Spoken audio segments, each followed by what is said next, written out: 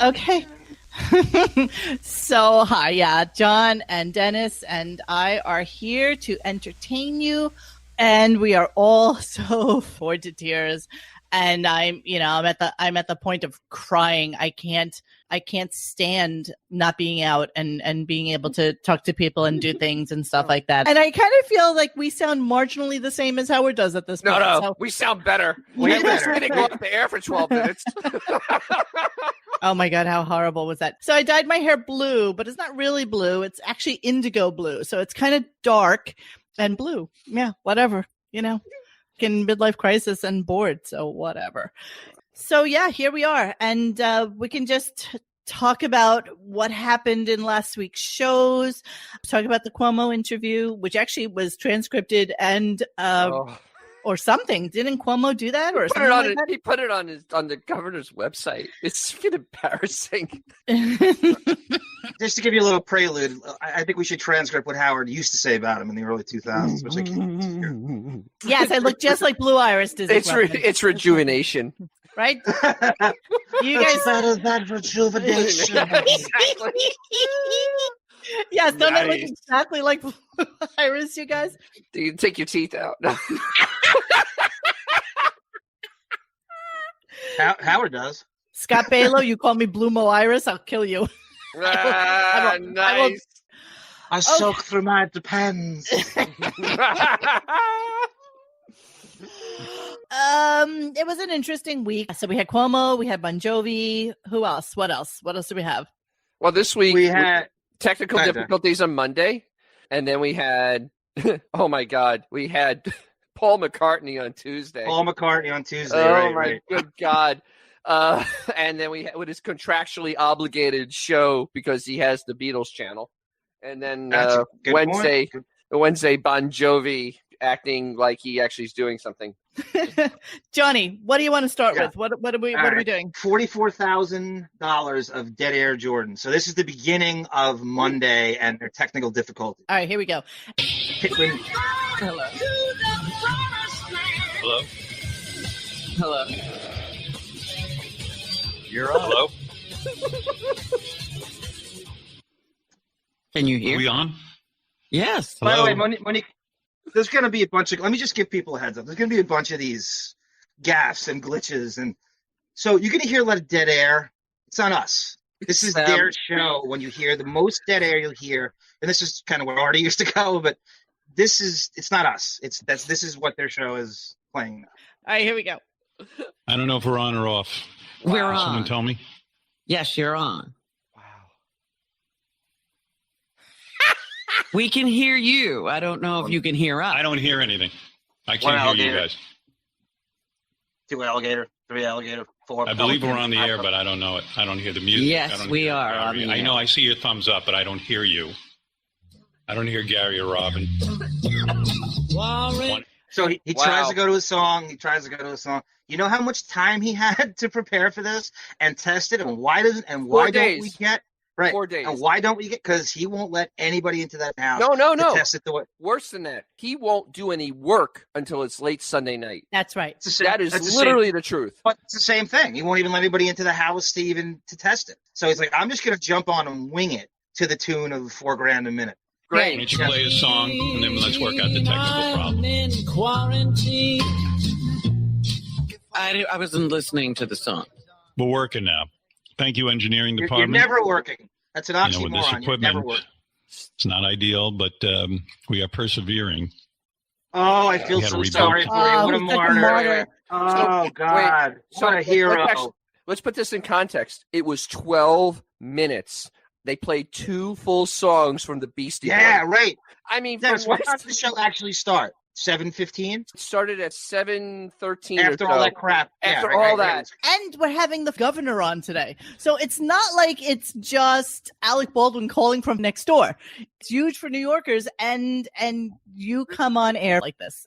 Lisa C37 says here, every other serious host has no problem from home for years and years and years. But their highest paid star has constant problems and can't pull off one show without a hitch. There is so many people that have been doing their show from home without a hitch. Robin did the show from home. Okay. The next one's just simply like a Roomba obsession. And the Roomba thing. Oh, the Roomba thing. Oh, Roomba. This is when we learned all about Roomba. By the way, Roomba is basically idiot-proof. They found the better idiot. Monique, I cannot tell you how foreign any kind of domestic labor is to these two.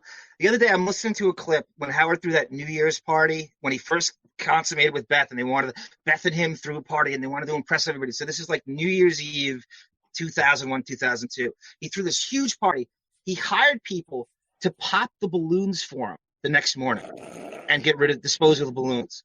He couldn't pop balloons. You would think that Roomba just came out last week. Here he is extolling the virtues of Roomba, but meanwhile, it's been around for what, 20 years at least? Maybe 15, but 2005, 2006, yeah. So we're starting with get a Roomba Joomba? Yeah. Oh my God. Jesus Christ. Wow. Here we go. And I was going to ask you about it today. Now that I don't have a housekeeper, I have to think of all You got to get Roomba. Well, it's weird. It's like, when I was a kid, I had this thing called Great Garloo, which was like kind of like a robot, but it was attached to a big thing. It was hardly a robot, but they pretended it was like a robot. But Roomba is actually a robot. It's crazy. First, it maps out. It remembers where it was. Yeah, it maps out your house. And it says, okay, which room? And there's an app with it. So, I didn't have any information on how to download the app. Okay, why? Why don't you have this information? Literally, don't you just go into the App Store or Google Play and go Roomba app? And there it is. There's a sticker on it that says, stop. Here, download this. And that's all you need to do. And it will show you exactly what needs to happen. And then take your little disc and shove it into the charger, let it charge, and then go. That's it. It's plug and play. I bet you he has an assistant to that handles apps for him. I guarantee he has an app specialist, like everything else in his life. I think he's never dealt with any assemblage whatsoever. I don't think he knows how to install an app. I think he's that useless. I think in terms of anything technological. I want to see a Roomba specialize in Ralph throw up after an acid hit. Yeah, hey, Yoda Quiver Stern. So she's like, I don't believe they don't have a housekeeper right now. Even my dad still has a cleaning lady coming every few weeks. They do.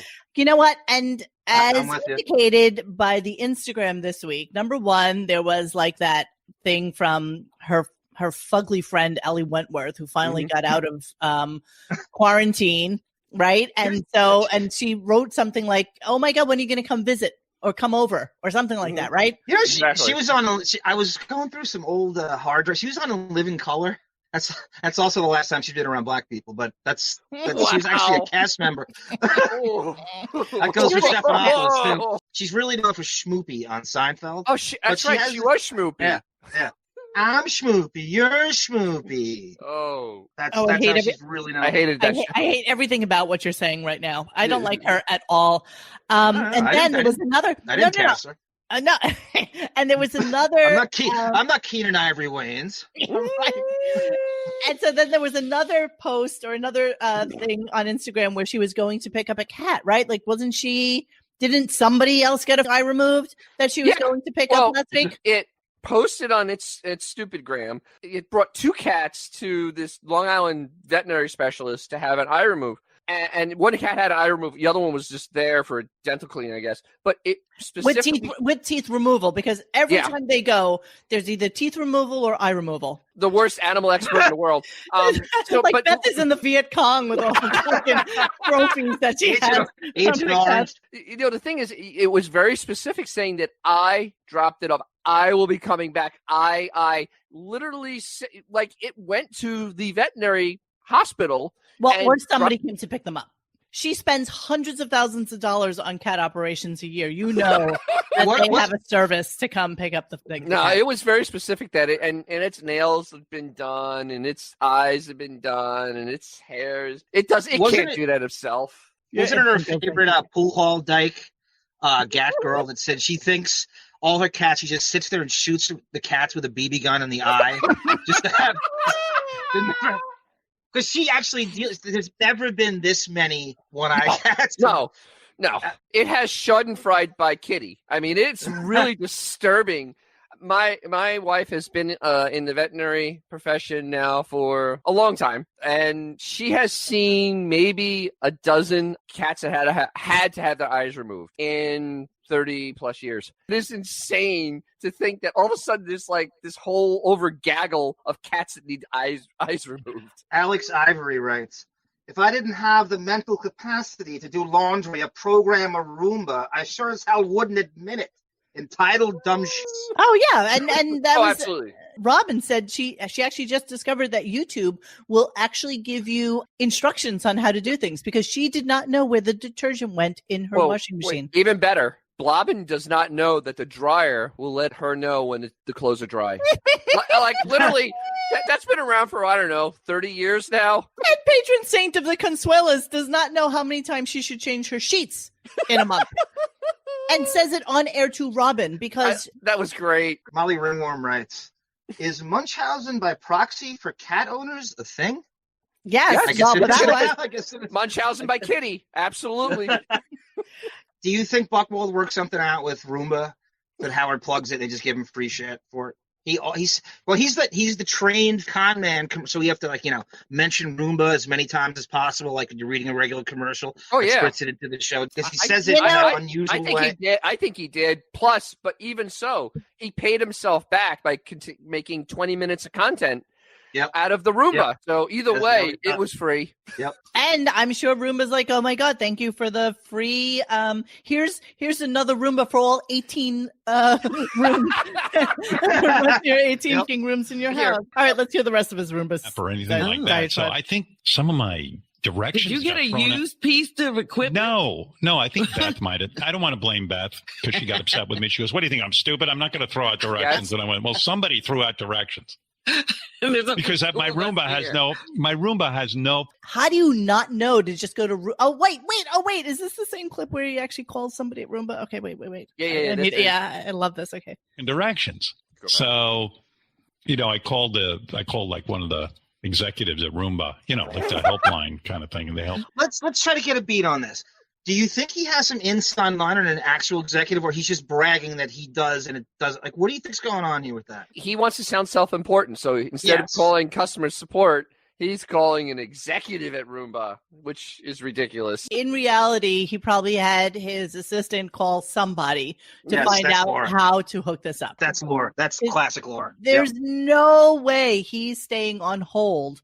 Right, with Bangladesh for even a hot minute to figure this out. And the fact that he can't just Google how to set up my Roomba. Like, how do you not know that this is what the internet is made for? Like the helpline kind of thing. And they help. You've never heard of the internet?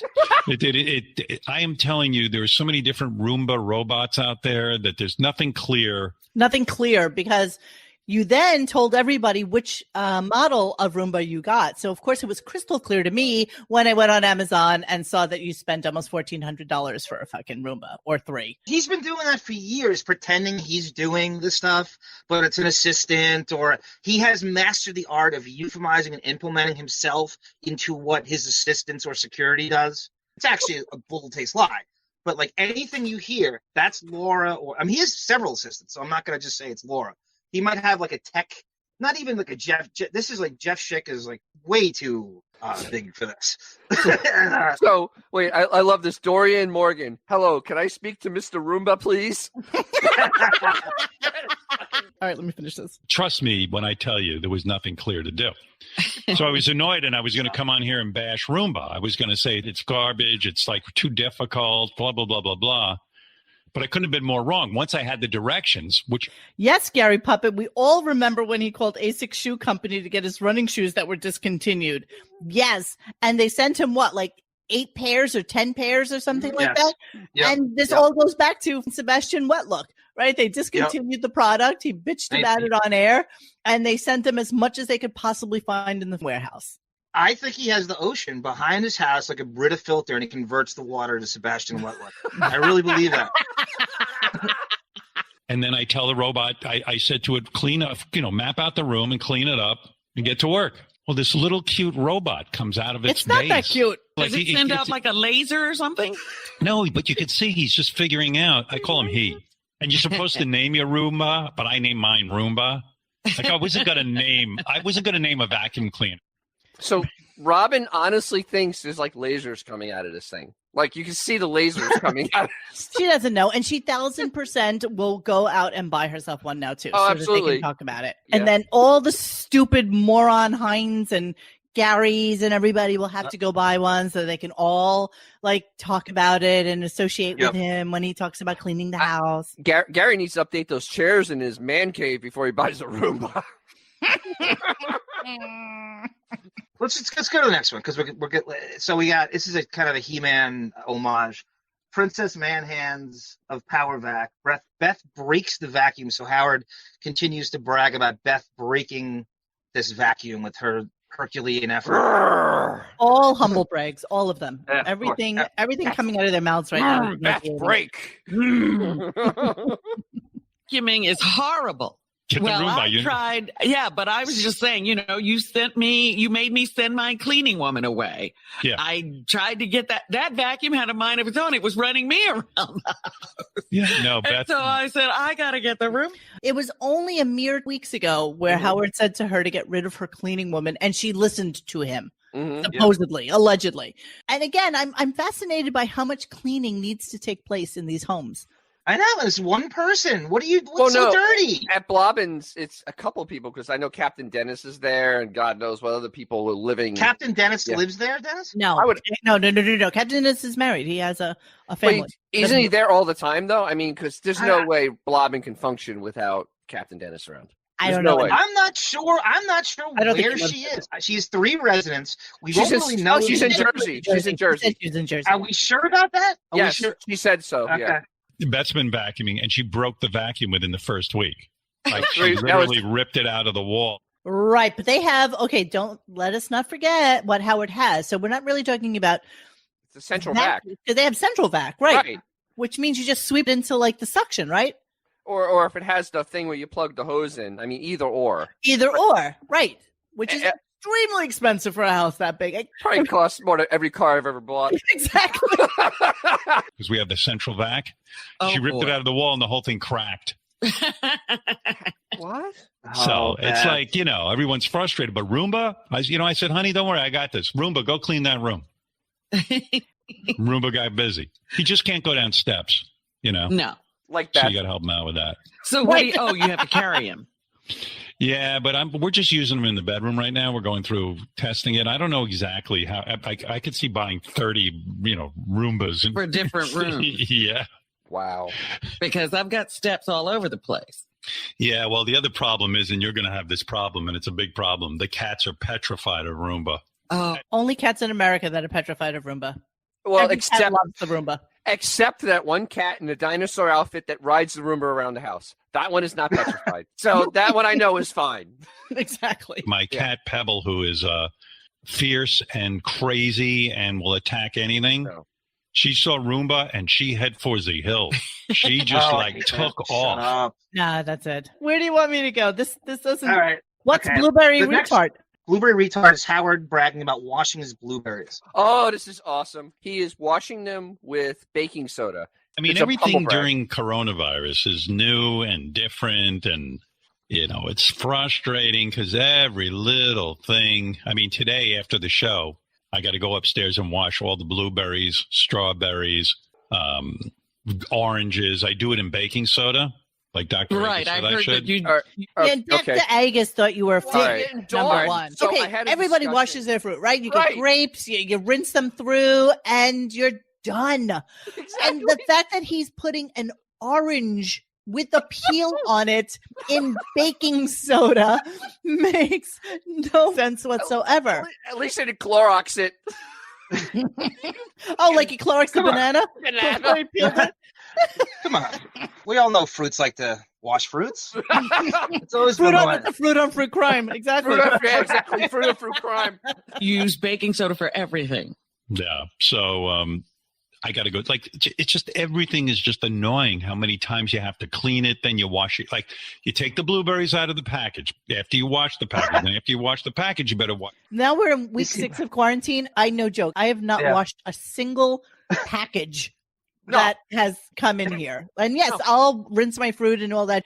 But like, I have gotten Amazon boxes. I am not cleaning boxes before I open. I mean, they just think it's a little ridiculous. And I think most people are starting to see how insane he really is.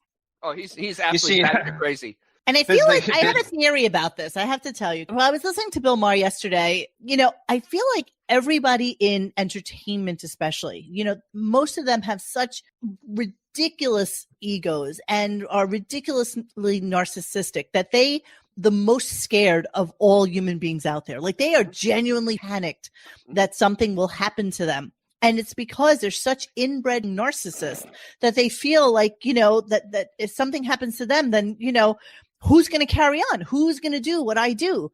I feel like they are a heightened level of panic as opposed to the normal human being out there who's just living their lives. Am I wrong? 112%. You're 112% correct. You know why, Monique? Because they're all stupid people, okay? Thank you for the dumb opinion. I hate kids. I'm not having kids, okay? Wow. So then you put it in the solution, and then you go, wait a second. Then I got to wash them again, and it's like everything you got to think through, like a physicist, like you're Mr. Science or something. It's crazy. How much do you buy? Do you buy for the week? Yeah, you know what it is? They got me so crazy that it's like you go, oh, maybe I better get for 2. Who's they? Is this the guy who doesn't listen to the news at all? Beefus. They get their news from Beth's Instagram. Yeah. 2 weeks because they're saying maybe it'll run out, and then you end up with extra. But I eat everything. And doesn't it go bad? Yeah, well, like now I'm shoveling bananas in. All right. Ridiculous. The Mr. Veal doesn't realize that if you have old bananas, you put them in the freezer. Yes. And you can freeze them, and then you make banana bread with them. Oh, wait, it's bread. Sorry. Or you make it, or you put it in a smoothie. Or you put it in a smoothie. Could you imagine? Wait, could everybody imagine 79 working a blender? No. Hey, Dennis, yes? Can you have your wife research the pH balance on frozen bananas for me? That's enough. And they're around 7. So, Bznick goes, Beth snorting the baking soda. Exactly. She's so desperate. She got bummed out.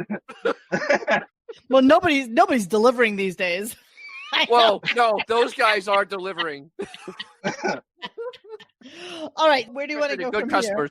here? Okay, the next one you guys will like. I think everybody will like this one. This is Jack Off Tripper and History Snow from Three's Company, Fifi's Company. This is Howard. Beth makes a cameo appearance, and she trips. Wow, that title. Zoom in on that title. It's a Three's Company. Anyone who doesn't love Three's Company, right? Come on, knock on our door. So Beth does another pratfall again here. Right. And it sounds faker than ever. I mean, this is even faker than the last time. All right, here we go. Histrionic. Coronavirus. I don't know why that is. Oh, hello? Are you okay? Yeah. What if I oh, my God. Can you imagine? It's my wife. I'm still not understanding why she can't come in when he's off air. It's the Buchwald script. She's told to come in at this time and trip. And this superwoman's so psychotically Beth's histrionic personality disorder, but it's also part of the script. How is Beth different than the show's formula for what a whackpacker is? It's like you're unemployed, you have a mental illness. You speak with a weird voice. You speak with a weird voice. Right. You have a weird hobby. You have a weird hobby. Weird hobby. She hits every criteria. Wow. Delusional. We would always go like, oh, Beth's a whackpacker. She really is. To use their own terminology against him, she fits every checkpoint for a whackpacker. Are you on the air? Yeah, I'm on the air. Oh my God. What? I thought you were on break. I was on a break. I was coming back. Are you okay? Yeah.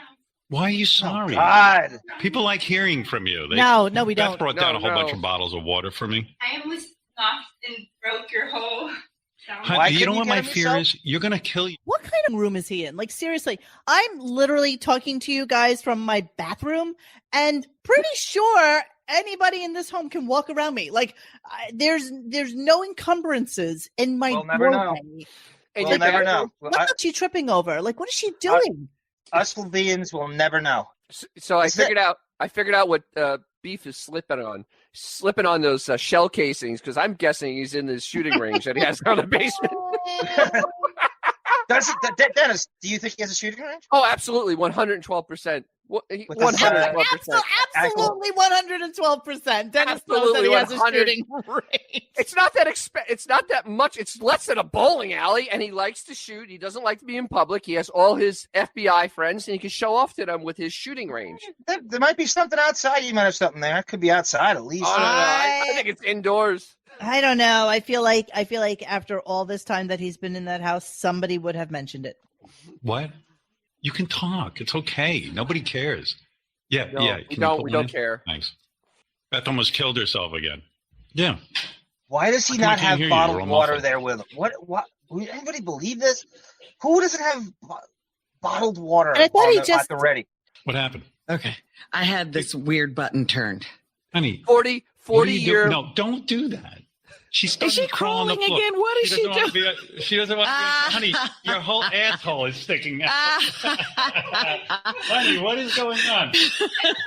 There's a stool. Here, bring the stool up for 1 second. What is she doing? She just cracked a smile on your whole asshole is out. Then you spilled water all over the floor. Here's my biggest fear. She's going to kill herself during this. Because I have to take her to the hospital, and I'm going to get coronavirus at the hospital bringing her in. Buy me a Roomba for every Roomba. Did you hear me talking about Roomba? Oh, she's so funny. Oh, my God. How excited were you? Beth on the fly. I think Benji wrote that one. Don't quit your day job. Yeah, really. By Roomba. I mean, you would turn on. I love him. We need a better name for him. I know. What should we name him? I don't know. We'll come up with something good. Yeah. But maybe you should name him Boyfriend.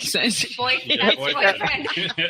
Honey, any message of hope, because you're always so positive, any message of hope for those suffering during the coronavirus? Oh, I mean, everything I feel at this point, it's hitting close to home. Everybody now knows somebody that's either affected or a family member has passed away. So it's getting really serious now. And I can't. Does she continue talking on here? Because her voice her voice is very like quivery, and it's like it's not strong at all. It's just weird. She just sounds so weird. How did this just get high? Oh, I don't know. Anyway, yeah, it did. I don't know. I find everything very sad and tragic and bad right now. I'm not so optimistic anymore. How are you holding up? Oh, you're finally realizing I was right. For real, yeah. That do you want me to get your water for you? No, let it boil. It's okay. Is that noise annoying you guys? That's my water boiling. I didn't know what it was. Now that I know what it is, it's out. I'm moving on. All right. Skulk of the Gabon. So. Did I spell it right, Paisan? I can't see it. I still can't see it. G-A, is there an L in there? There's no Gavone. Gavone, yeah, the Gavone. That's good. My Pat Cooper spell check. So apparently, now Mr. Agoraphobic is suddenly walking around the neighborhood looking at kids, and he's kids playing, and he's threatened by kids playing outside on a bike. That's how we're doing Howard's Fake Kid Story? Yeah. Yes. Okay. Yeah. Michigan, this is Mike. Good morning. How are you? Hello. How are you doing? Just wanted to point out that my friends, I have two friends that are Detroit policemen, and folks still are not taking the quarantine seriously. The last 2 weekends, they've had to break up, I don't know, half a dozen barbecue parties. Folks are out there barbecuing, 20, 30 people. One of the things they have to do is patrol the parks. I feel bad for them because they got to put themselves in harm's way. In harm's way, yeah.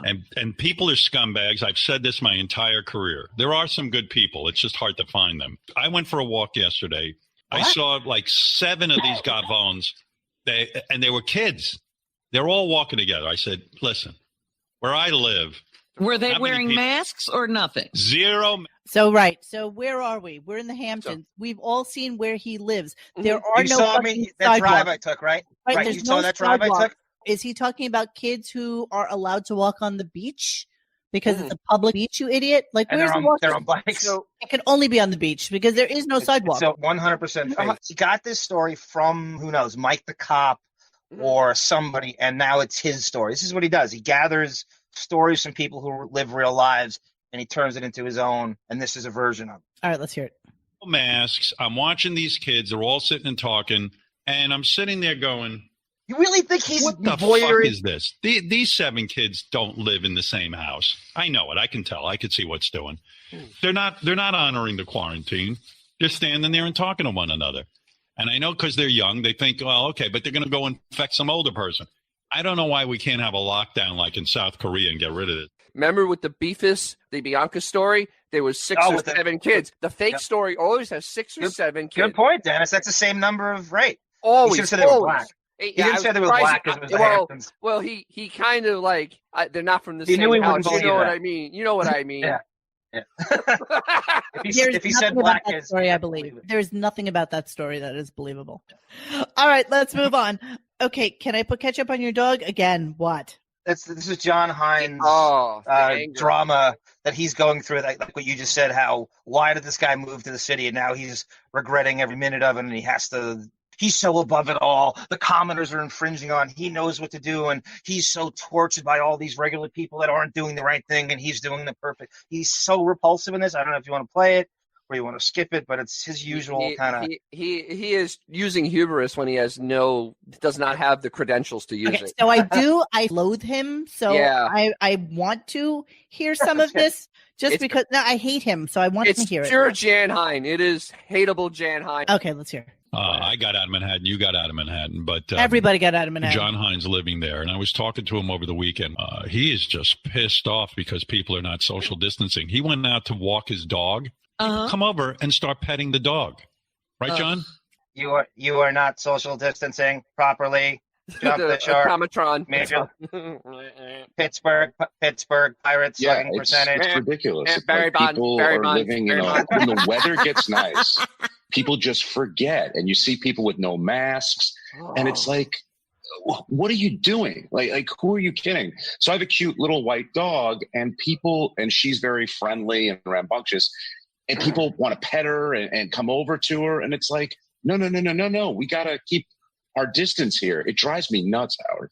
John is a mountain of rage. Wow. I know. Yeah, so what energy. Oh, God, what rage. My radio is shaking. I think the only thing we actually get out of this clip is the fact that he lost his job on that Sports station, Sports, right. With his which I can't believe he had in the first place. Nobody can. That's great. Now you gotta help me with these Cuomo things because I'm not necessarily sure I care about them. So you have to navigate me through this to something that I care about. Start Homo meets Cuomo, and I'll tell you if it's going or because it's just an introduction, I think. First of all, how are you doing? I love you. I loved you when you first became governor, and I've always talked you up. Barely sleep. It's Howard's kissing his ass in such a ridiculous way, and the clips I have of what he really meant about him in the early 2000s completely goes against that. We'll do all the Cuomo ass kissing, and then we'll play the throwback clips after it. You could skip that. He kisses his ass. Go to the next one. Vaccine Frightingale, 18. This is Howard's theory that it's going to be 18 months before. Everyone know that pop singer? That's great. Well, are you hopeful? Do you see that, look, I don't mean to be the voice of doom here, but from what I see on TV, it feels like this thing won't be resolved for I hate to say it, 18 months or something like that. Are you feeling that way? Well, look, if you're not optimistic with this, it's hard to get out of bed in the morning, right? So let's start with that.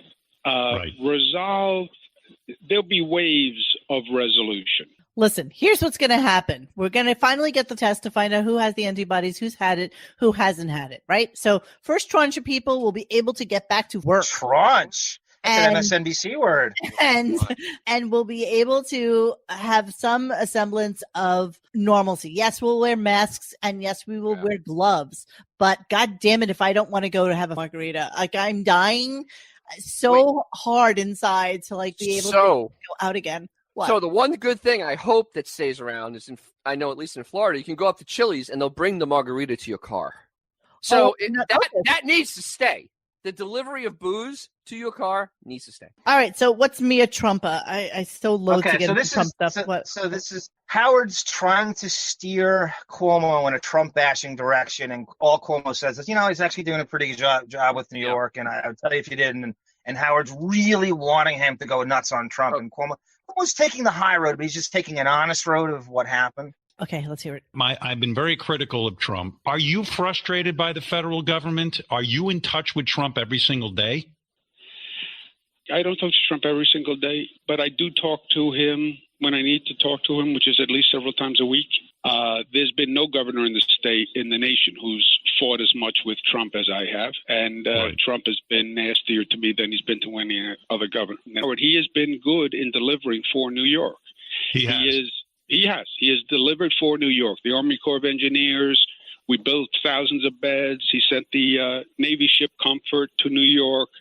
Can we move on a little bit now? Please. So, okay, next is Love Gov. Quivmo was a Rolling Stone.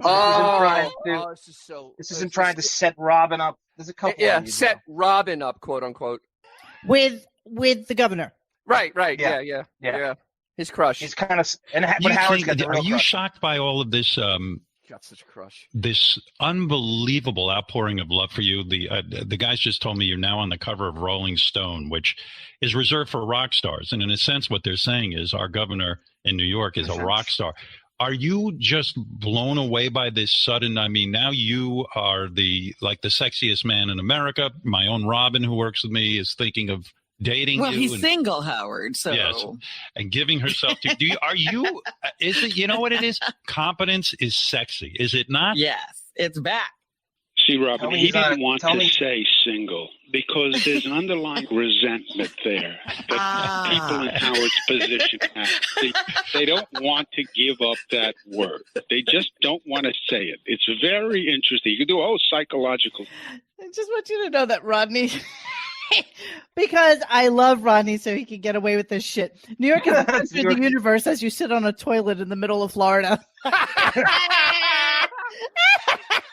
Nice.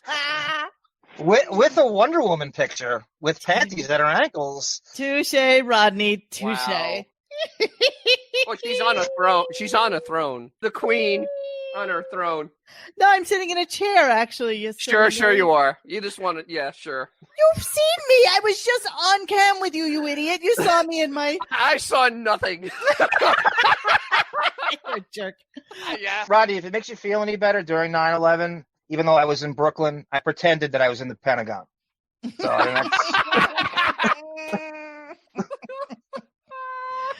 yeah, everybody's digressing on the chat about Artie. Yeah, I'm totally worried about Artie because wasn't the thing that he no longer has to check in with his parole person because of the virus, and they're not actually doing testing because of it. So Artie is free to be, Artie? Patricia Marie. He's not. Well, not much. From what I've seen, I don't think there's much. I don't think there's anything that can kill him. Tiger Lily says flush for us. Hold on, I'll do Courtesy flush. Courtesy. oh my, she's doing it. Wow. Doing it. Listen to the acoustics. Just for Tiger Lily. Hold on, I have to move my ottoman. Ottoman. Ottoman. It's like Howard's bathroom in there. Here we go. Hold on. You probably won't be able to hear. You gotta hear this. Could you hear that? Wow. Yes. She got an ottoman in there. She has a book. She has a bookcase. That was a bidet. There's a TV. That sounded like a urinal. With the cake on the bottom. Later, if everybody's good, I'll pee in my Relly Martin piss jar, and you can hear that. Okay, where are we going to now? Let's consummate the Robin thing. Only lonely can manatee. Oh my God! It's like I told you. Wow! I love it. Unbelievable, and I don't know what to tell you about what our future is. I don't know a thing. I'm sitting here in my basement doing a broadcast, but I am telling you from the bottom of my heart, I'm thanking God every day for you. And I was going to offer you Robin, as a matter of fact, who is ready to jump Here I am, sacrificed again. Well, you said you wanted the governor. Well, if it's necessary, I will do it. When this is over, Governor, this might be your girlfriend, Robin Quivers, right here. I'm not kidding. Robin, did Howard tell you I was single? No, he didn't. I had to find it out on my own. Like that would never happen. So let's do a time warp back to 2002. Okay. And let's do the time warp again. This is how Howard met Cuomo initially. So I told you the Billy Joel connection, right? That Billy Joel was the best man at Cuomo's wedding. Okay. So Howard hated Cuomo until he realized that this was better in his Billy Joel ties. So this is he doesn't bring up Billy Joel in this clip, but that guy Dan Flores, who is his publicist, right, for a long time, this PR guy. So he meets him at Dan Flores' house. This is 22 Flores, wipe my conservatism. I think I was at Dan Flores' house, and I met the governor. First time I met him. And I said to him, I go, what are you doing? You'd be a great president. You got a natural style. People relate to you. You're doing a great job in New York. It's the largest state in the union to run. I mean, what's the problem? Wouldn't do it. I think what happened was he was way into seeing what Biden will do. They have a very close relationship. Apparently really good friends, Right. And if Biden hadn't gotten in, I think he would have done it. I know he would have done it, That's how he met him. Let's go down to Mary Shelley's Quomenstein McMahon. And this is an old school clip of what Howard really thinks of him before he found out this doesn't have anything to do with his friendship with Billy Joel. Okay, it's 7 minutes and 54 seconds. Just play the beginning. Okay. Front page of both newspapers here in New York. This guy, we used to have a governor here in New York named Cuomo. Mario Cuomo. His son married a Kennedy chick, which is like, there was like this whole big, it's a big political marriage. It's Camelot. 2 dynasties. Yeah, 2 dynasties coming together, right? How Cuomo has a dynasty is beyond me. That's not the Kennedy. He's no Kennedy. He's no Kennedy. And Robin always shoving her 2 cents in as if she... You hear how she just was, right? Yeah. It's the same person we just heard. Always agreeing. Wow. So Cuomo's kid marries a Kennedy and decides to run for governor because his credential is he married a Kennedy and he's Governor Cuomo's son. And the kid's like the kid who tried to take over the family business and failed. He became a whole putz. Yeah, fortunately, you just can't hand this one off. He made a bunch of dumb statements and did everything wrong when you run for governor that you could possibly do wrong. He had foot and mouth. John, you're killing me. What? It's long. What? This is the same guy. This is the same guy. I'm juxtaposing his opinion on him, his real opinion on him, versus what just happened. Do I have to spell that out for you? Are you kidding me? Are you fucking kidding me? Is your attention span that shitty that I gotta fucking... Did you just hear him lathering him up? And when you get angry at me. You know how much time I spent on this? That makes me so happy when you get actually upset. It takes so much to fucking rattle you, John. And that just made me tickle with glee inside that you got pissed at me. Wow. Because John goes into the weeds, which I love. Don't get me wrong. But it's just like, who gives a shit about the juxtaposition between him fawning over Cuomo today and not? That's what we do here. But John, wait. That's what we do here. In John's defense, he is right, showing that Wigward is always the way the wind blows, and whoever had the last conversation with him. Right. He's right. I will defend Arm at this point. He's right. So now go all the way up to the top. Because Molly Ringworm just referenced the clip that I have. I don't even know how he did it. Go all the way to the top. It's time for hypocrisy. It's just Pataki. And it is him going crazy on the Cuomos to George Pataki. Okay, where are we? All the way to the top. So play this one now? Just play We're this. coming full circle with this, right? This is full circle. Full circle jerk. Here we go. As a matter of fact, I was reading that thank God we got rid of Mario Cuomo. He was the worst governor after a while. Turning back the clock. We were going into the depression. We were going into a depression. But now I see his son wants to challenge Governor Pataki. His son. What has his son done to challenge you? Well, nothing. It's a free country, Howard. Anybody can run for anything. Shall we tell you what I'm sure there are going to be a lot of people out there trying to be the next governor, and we'll see what happens. You know what his Cuomo's son did? What? He married a Kennedy. Oh, that's right. Yeah, okay. You have to leave office. He married a Kennedy. He's entitled. His office. Robin's up on the politics. I can see that. No, you got to kick it. Okay, so perfect whip around. Basically, he's kissing his ass. We find out that he married a Kennedy, which is the only reason that he thinks that he actually has any kind of say in running for office. And now he's kissing Pataki's ass to basically say that, Cuomo is a useless cog in the wheel of Gindaloon society. Howard in politics is the worst combination. He is just the most self-indulgent, capricious, where the wind blows, who can get me more fame, who could, what clique can I hook up with through, I mean, look at his friends, Stephanopoulos, Alec Baldwin. And I'm a liberal. I'm as left-wing as fucking Steve Carlton, but I'm real. Like, I don't sound like that Puerto Rican chick. I'm real. But, we all need a chance. Nobody makes my party look worse than Howard. There's nothing. Ephemeral. I'm laughing at the name of this clip, which I'm probably never going to get to. More dropouts than Christina Brown. So we're on 14? Oh, I don't know where we are. I'm just jumping around and looking at the names of different clips. Okay, let's go. Let's end this day. Okay, what's Michael J. Fox's Wi-Fi password? Yeah, do that one. So this is a huge technological dropout at the end. It's horrible, and he can't. Dennis, what did they lose? About 20 minutes with this? Like he just ended it. Couldn't have been that long. It wasn't that long. It was a lot. It was enough of him just turning his microphone on and off to end the show. So because it was 10 o'clock and it was time to leave. Okay, let's hear it. All right, I lost control of this computer. It's weird. By 10 o'clock, I guess people in my neighborhood start using Wi-Fi more, so everything starts to go kablooey. Yeah. He's like a land baron, and he's calling it his neighborhood. Neighborhood, Dick. Uh-oh, there you go. You froze. Are we Goodbye. done? Bye-bye. Right. Jesus Christ. That's it. My neighbor. Yeah, that's how we ended the show. We're out of here. Highest no paid accountability. Person, highest paid person on Sirius. That's how he ended the show.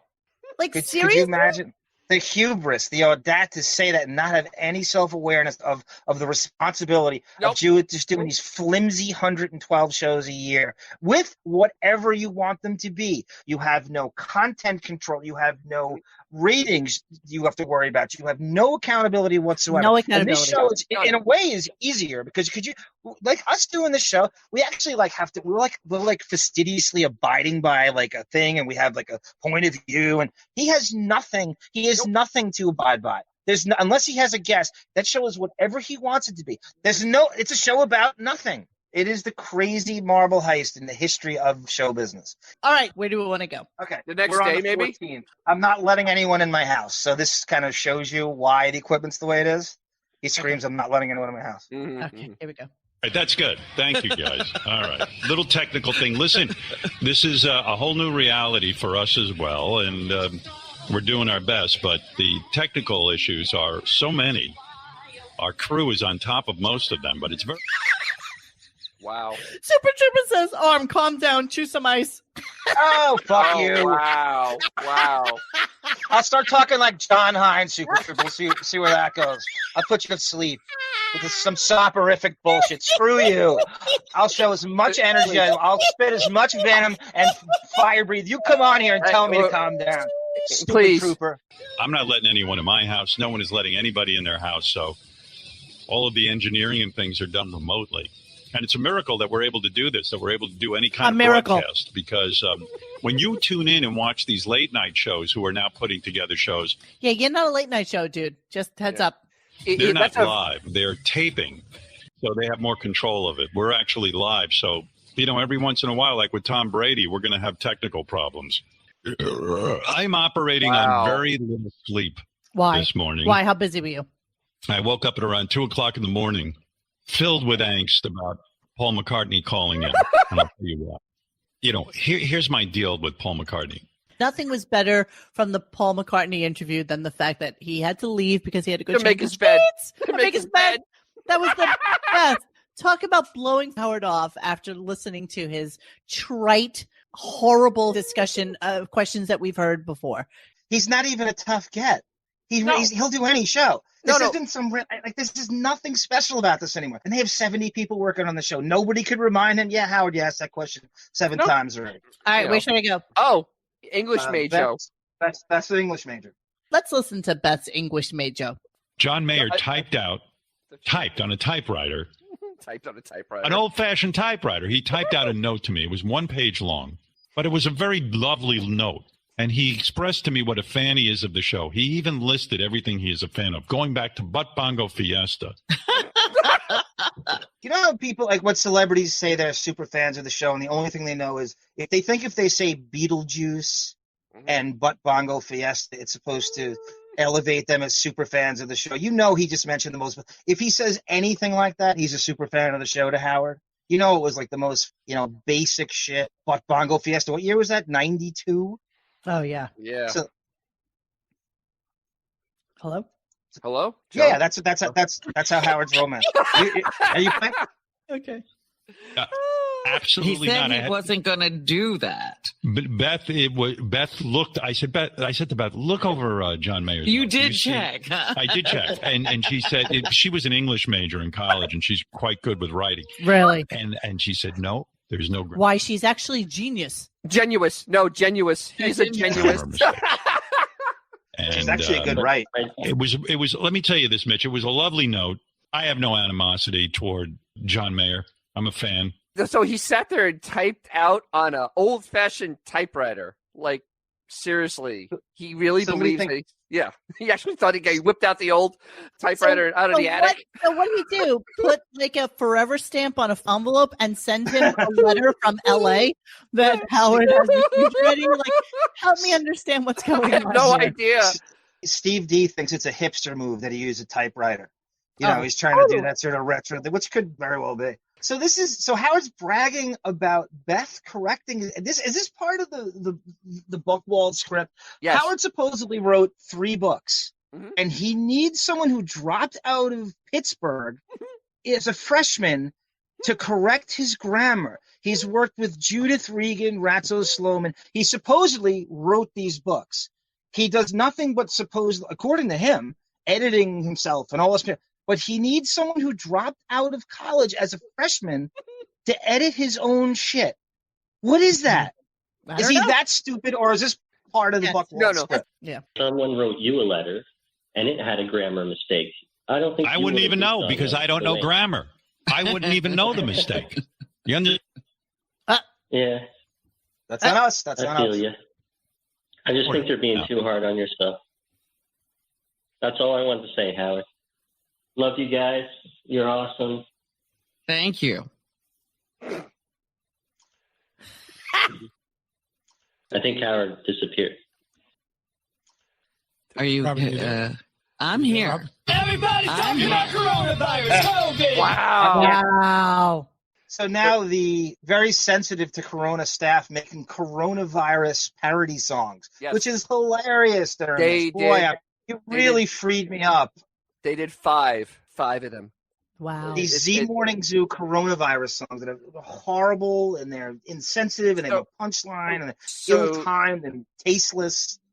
She just lets dead air go on for 9 seconds of just pure dead air and does nothing. So overpaid. We're getting to a worse one. She has to go to McCartney and it's my favorite. That's coming up. All right, let's move on. So what do we have? 30 minutes a week at 270 million. What is that? He's bragging. Okay, a caller asked him, what are your future plans? Yes. I would love for you to do a once a week show for 30 minutes if you can and get the same salary. So really, he would love that. The caller would love that. Of course. He's these are the idiots that... This is a fake caller from him. He's negotiating. He is negotiating. Like I said, he wants that once a week interview show. And this is his dry run for it. And it's obviously failing. All right, let's see. To keep you as long, and everybody wants to keep you as long as we can. Thank you. On that note, please let me say this. The shortened version of the show, well, of course, I would love the longer one. But even when it was just, you guys are supposed to do an hour, but you're doing 2, fantastic. It's the best of the best, all jam-packed in. So even one day a week for 30 minutes, I would take you guys. And I love y'all. And I know everybody listening. Well, it's fun. I hope Sirius is listening because my contract's coming up, and this is exactly what I'm proposing. That's your proposal? One show a week for 30 minutes. Guarantee you, if he did a once a week show for 30 minutes, that would pretty much be like me stealing card from CBS All Access to watch for an hour, because there's not a shot in hell that I would keep Sirius or pay for it anymore. So if he thinks that he can, give us less and that people will listen because he's so scary good at it, he's pretty much dead wrong. That's his angle. That's his entire thing, because that's all he has left, because they own the rights to these shows for 7 years, 2021 to 2027. They own the rights to all the reruns, including these pieces of shit. But why is he suddenly now he's having two guests in the same day when he couldn't do his old horrible? This is actually better than his other show. Despite the technology, this shit's actually better than his regular show when he's in the studio and he's talking about JD and Ronnie for an hour and a half. The panel, exactly. We don't have the panel now. Cummings in. Speaking of dumb, NAACP. Did you hear Howard blame black people for his grammar and his bad English skills? Because that's essentially what he did. The high school he didn't go to. The high school he didn't go to, exactly right. Correct. He didn't spend a second in Roosevelt in high school. And he's blaming black people for his bad grammar. All right, we got to move on. Okay. Modem Craparandi, help me. This is another drop, another fuck up. This is like, the 10th one we've played? Yeah. It was a total guess.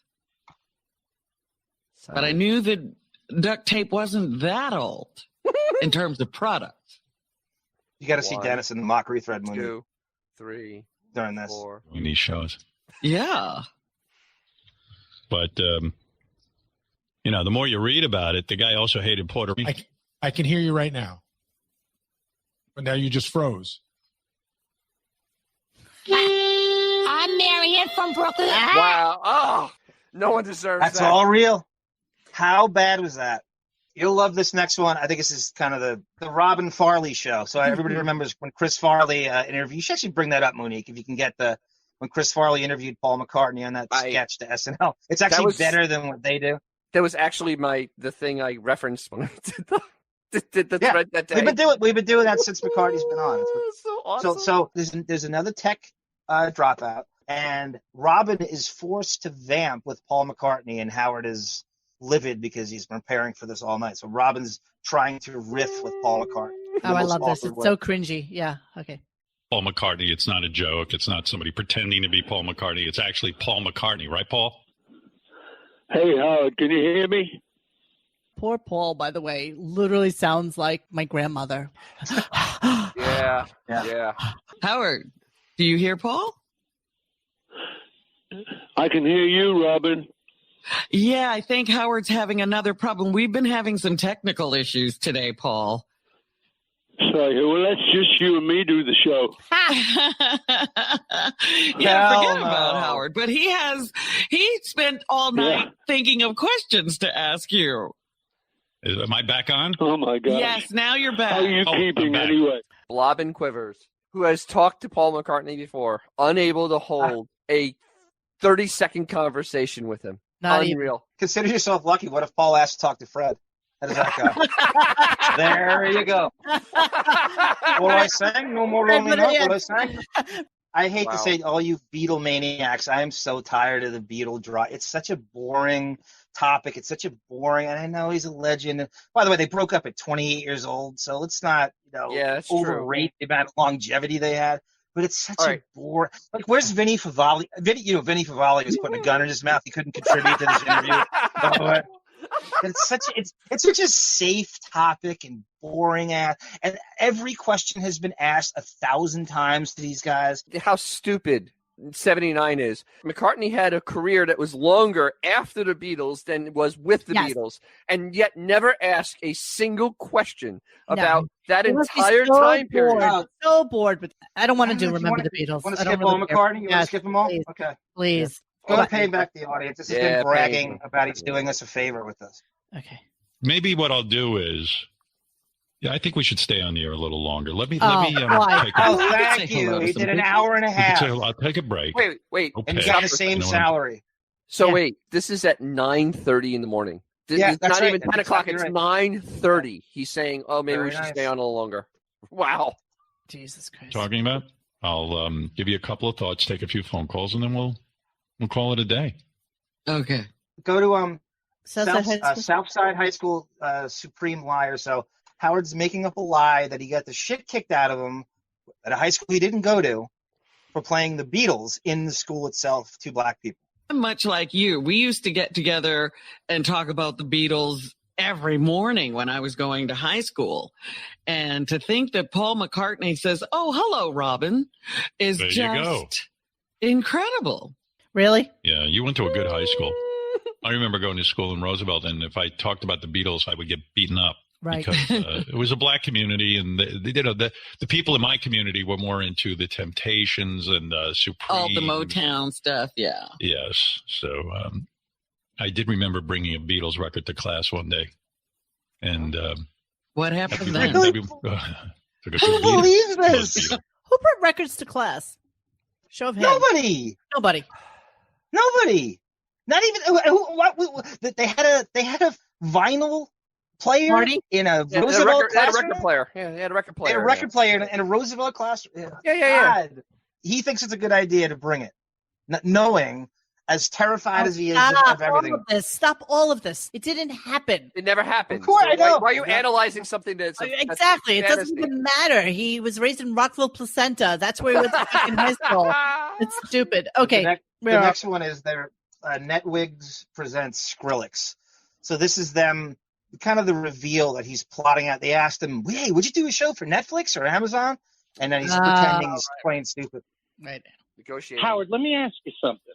If one of these, like Netflix or Amazon Prime, came to you, because a few people listen to your show.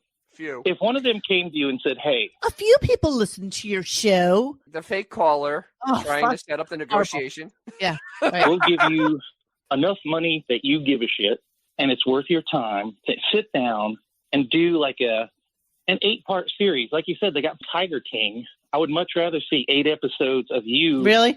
Interviewing one-on-one, not even the studio. Like, I understand what you're saying, Apples, but no, I've heard from many of these companies that's about doing some sort of other show, and I say to them, I'm doing this show. When am I going to go do that show? I'll do it here. The guys at SiriusXM have been great. I have no beef with them. And but having said that, I've been approached to do certain one-offs, certain specials with various networks. Yeah. And they've asked me to do interviews around the time of the Oscars or the Grammys and things like that. You know what? That's such ancient history, though, because if you recall, he used to love to tell us that they wanted him to do a Barbara Walters type special. So nobody's asking him today. This is not, none of this is relevant to today. All right, let's move on. Quick clip that I found. So we finished our show, the last one. I get a call from my good friend Mike, and Mike is the guy who got me the job at CBS for 5 minutes. So Mike's job was he was the head of research in New York. And he used to like make little graphs for them, and he would do so. And he had a lot of access to a lot of stuff. They would invite him. So he went to the CBS Upfronts. Mike told me to call because you remember my situation with Howard in the Upfronts in 2002 or something. Because the Tom Brady clip we played. Remember when Tom Brady said that he wasn't famous enough for Howard and he blew him off? So Mike heard our show, and he called me immediately. He goes, "It's exactly what happened to me at the Upfronts." So I'm looking for shit on Cuomo. And I run into this clip. So it's at the top. This is exactly what happened to Mike. It's called the CBS Up Yours Fronts. It's the third one down from the top. And this is what Howard does to commoners if they're not famous. Before you play this, I want you to remember the Tom Brady clip and how he acted during that at the polo match. Okay. And that's the same year, by the way. Okay. One of the most 50 beautiful people. I got to date them all. You got to date somebody else on the list. I got to date somebody. At that CBS party, he is a monster chick magnet. They were just really. Everybody wanted. He's a good-looking guy in person. Right. He's on a hit show. He is single, and all the women were just all over him. See, people told me when I got single I was going to be a monster chick magnet. Never worked. I was at the CBS thing. You were too. This is what my friend Mike was. If you wanted to be. Yes. Are you crazy? No, I'm not crazy. I defy you. Really? To prove that I'm crazy. I go to all the clubs and everything. Nope. I don't see any girls coming up to me. Come on, man. I'm bad at it. Every single girl at that CBS thing came up to me and said, Howard was here. He really looked annoyed. He looked like he didn't want to be bothered. I wanted to talk to him. But if you would just stand in one place and deal with the I stood in one place. Can I tell you something? I stood in one place. Guess who I ended up talking to? Guys. Yeah. There was this. I was at the CBS thing. There was this tall actress that I was introduced. Yeah, I know who you're talking about. What's her name? I can't remember now. She's on this new show. She's so cute, man. What? I'm lost. So my friend Mike. I love you so fucking much.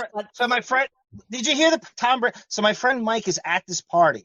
He's one of the guys that tried to talk to Howard. So Mike's working for research for CBS. He goes up to Howard and says, dude, you're crazy for coming to this. I'm a really big fan, man. I really love everything you do. I've been a fan since blah, blah, blah. Just couldn't be. Wasn't creepy. He's not like that. This is the opposite of creepy, this guy. Howard wouldn't shake his hand, wouldn't look at him, gave him a grunt, and swatted him off. He said he's the worst he's ever been treated his entire life at any celebrity he's ever met. Yep. Swatted him off. Yeah. Didn't look at him, no eye contact, never looked down. Mike just poured his heart out to him, and he was one of the people in that went up to him. He's such a cunt. He's the worst. That's the Tom Brady treatment. But that's in line with the Brady clip we played last week. But Mike contacted me when he heard the Brady. He goes, that creeped me the fuck out. That's exactly what happened to me at the CBS Upfronts. Okay, at the beginning of the 15th, which is the third show of that week, it says Stimulus Vigorous. I must point this out. Todd Gurley is a saint. That's Todd Garul to you, not Gurley. Whatever, Garul, whatever. I can't see with my glasses. I'm so sorry. Christ, I'm going blind. That's Bznick. Bznick usually does our Photoshops. And... He literally is perfect there. Maker's mark for the panel. Yeah, I'm for that. Let's make it happen. Things caught my attention this morning. I was on Twitter. That's where I read the news now because I won't touch a newspaper. I read the New York Times on Kindle, but I've been avoiding that too because I get too upset. I got upset when I saw that Trump was delaying people's stimulus checks. Okay, actually, that's not true. He did not delay the check. I would say the huge portion of the people that got the check got it direct deposit. I don't know why he had to have his name on it. I think that is a little bit douchey, but it wasn't delayed because of that. So there's no truth in that. So if you're not reading the paper, you have no idea. So if you're getting your news from Beth via Ali Wentworth, I think that's absolutely where it's getting it. Fully prefaces the whole statement with, I have no idea what's going on, but I'm going to make a comment about it because it's so perfect vigorous right there. You know who needs it the most? Staff. That's why he's so nervous about it. So his staff doesn't revolt. Nobody needs it more than they do. That's the holiday bonus the staff didn't get from him. Exactly. That's why he wants it so bad. No Christmas party this year. You got your stimulus. Whose staff is more neutered? So this is another vigorous moment. Robin has the audacity to say that Trump's staff is neutered and won't tell him anything he doesn't want to hear. Now, Howard and Trump have so many similarities. I don't want you to think of Trump when you hear this. I want you to think of Howard when you listen to Robin. Here we go. He's working his name into the check. And I read this stuff and I just go berserk. I mean, what's next? What do you want? Ivanka's tits on the flag? And what are we going to do? Anybody in that thing White House who works with him got any balls? Or are they all neutered at this point? Because nobody can say to him, asshole, that's a bad move. No. Wow. Hello, pot. Wow. Kettle. Wow.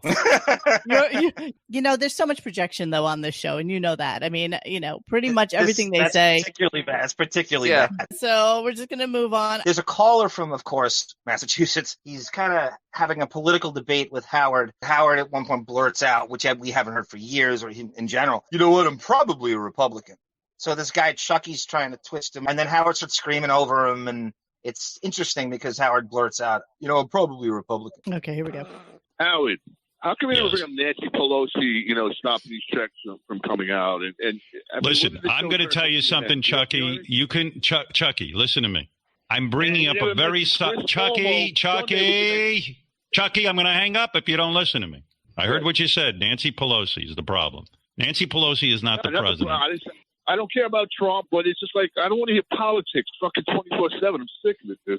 Well, I agree with you. 24/7. It's more like 2-3. You wish. Really?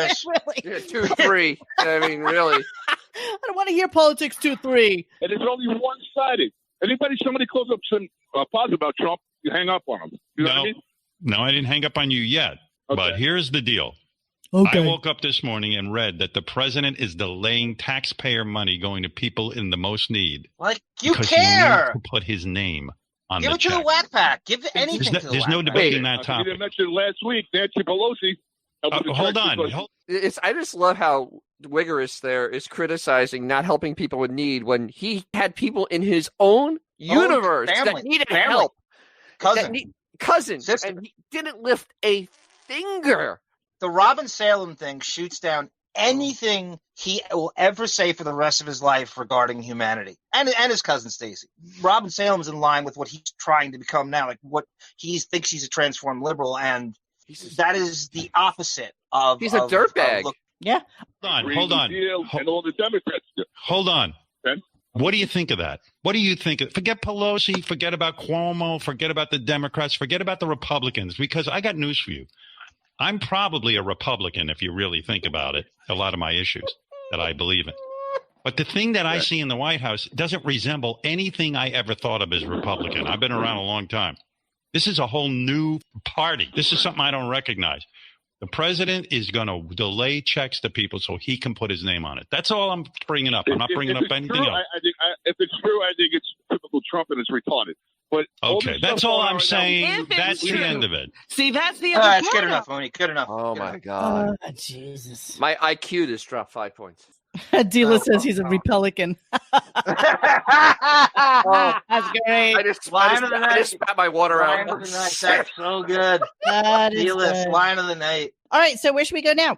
This is kind of a big moment, I think, in this whole thing. So this is Danny, the Twitter troll, very, very ensconced. We believe he would be a Radiogunk subscriber on our channel. It's got to be someone with a serious address in the IP. So Danny, the Twitter troll, we've dealt with before, I guess a year ago, guys, or 2 years ago. They tried this. And this is trying to think they have some kind of self-awareness that we're supposed to be negated by listening to this. And Yeah, so and you know, whoever like put this shit together, you know, comes to our forum, probably goes to Reddit, compiles all the shit that we say to give it to Howard in the most placating, pablum way possible. I just think that they go into gunk because the stuff that they're doing isn't done on Reddit. So many times we see it. And they maybe in Reddit get about 300 replies to their listening thread. And, you know, we're in the thousands every morning. So I'm sure that they're in there listening. This guy named Donald, I don't want to really give his last name. What if Stern doesn't renew with SiriusXM and never goes back to the studio and broadcasts from home? It's a sad way to go out. And that's so true. I mean, you know, doing a show from your basement with poor lighting and shitty service is going to be his legacy. And so all these things he dreamed of, being the master interviewer, being the guy that, you know, the sycophants just laugh with and have a great time with, actually all goes down the tube. He'll only be remembered for like Symbians painting titties, lesbians, and the shit show that he gave us in his last year on air. I love that you don't pronounce Sibian right. I love you. I think that's charming. I think that's really charming that you don't. No, it is charming. Because she didn't listen to it. She didn't watch it. No. She had no interest. So No. she didn't bother to learn the name. I think that's really cool that you don't know what that is. I really do. Okay, thanks, I guess. So let's go to Danny, the Twitter troll, which I do appreciate, by the way. You like to complain about my show on the internet. I know who you are, Danny. And you are a Twitter troll. I know that. What's up, hashtag Hamptons, Howie? How does it feel to suck from the comfort of your own mansion? This is Danny, the Twitter troll. He hates me the most, he claims. Go ahead. Hashtag no shit. I spend all my time on Twitter, Reddit, and even sadder corners of the internet talking about how I hate. Are we the sad corners of the internet? We're the sadder corners of the internet. You know, I noticed somebody on Twitter actually now is called Danny the Twitter troll. Yeah. Nice. Every He's second of the following you, show. right? Yeah, of course. Hashtag permanent quarantine. Hashtag no friends. So you hate me, but you listen every day. Hate listening is a shitty job, but nobody's got to do it. This work from home shit is all just a ploy to put even less effort into your show. Hashtag autopilot. And when your show wasn't on that one day. Yeah, guys, of course it's a fake caller. We know it's a fake caller. Which but we back don't know who office he is. person is this? I mean, is this an unnamed one or is this like It almost Brandano? doesn't. It almost doesn't matter. Really, It doesn't. It doesn't matter. I got It's scared. countless. We can't lose you. because of how stupid and gay you are. Boom. Hashtag recovery. All right. Well, we did come back after I was out that one day. Yeah, great camera angle on that Zoom. Now I can watch you shove your giant schnoz directly up Governor Cuomo's ass. Hashtag bromance. Hashtag gag me with a spoon. Hashtag no Cuomo. And oh, by the way, as long as we're on it, I assume you hate me when I talk politics. Am I correct? That was a clip title. I don't know. Wow. Beanie Mac is saying that whoever's doing this, Danny the Twitter troll, is not the same person who did it the first time we heard Danny the Twitter troll. I don't know. I should have retrieved the other one. Should have juxtaposed the two clips together.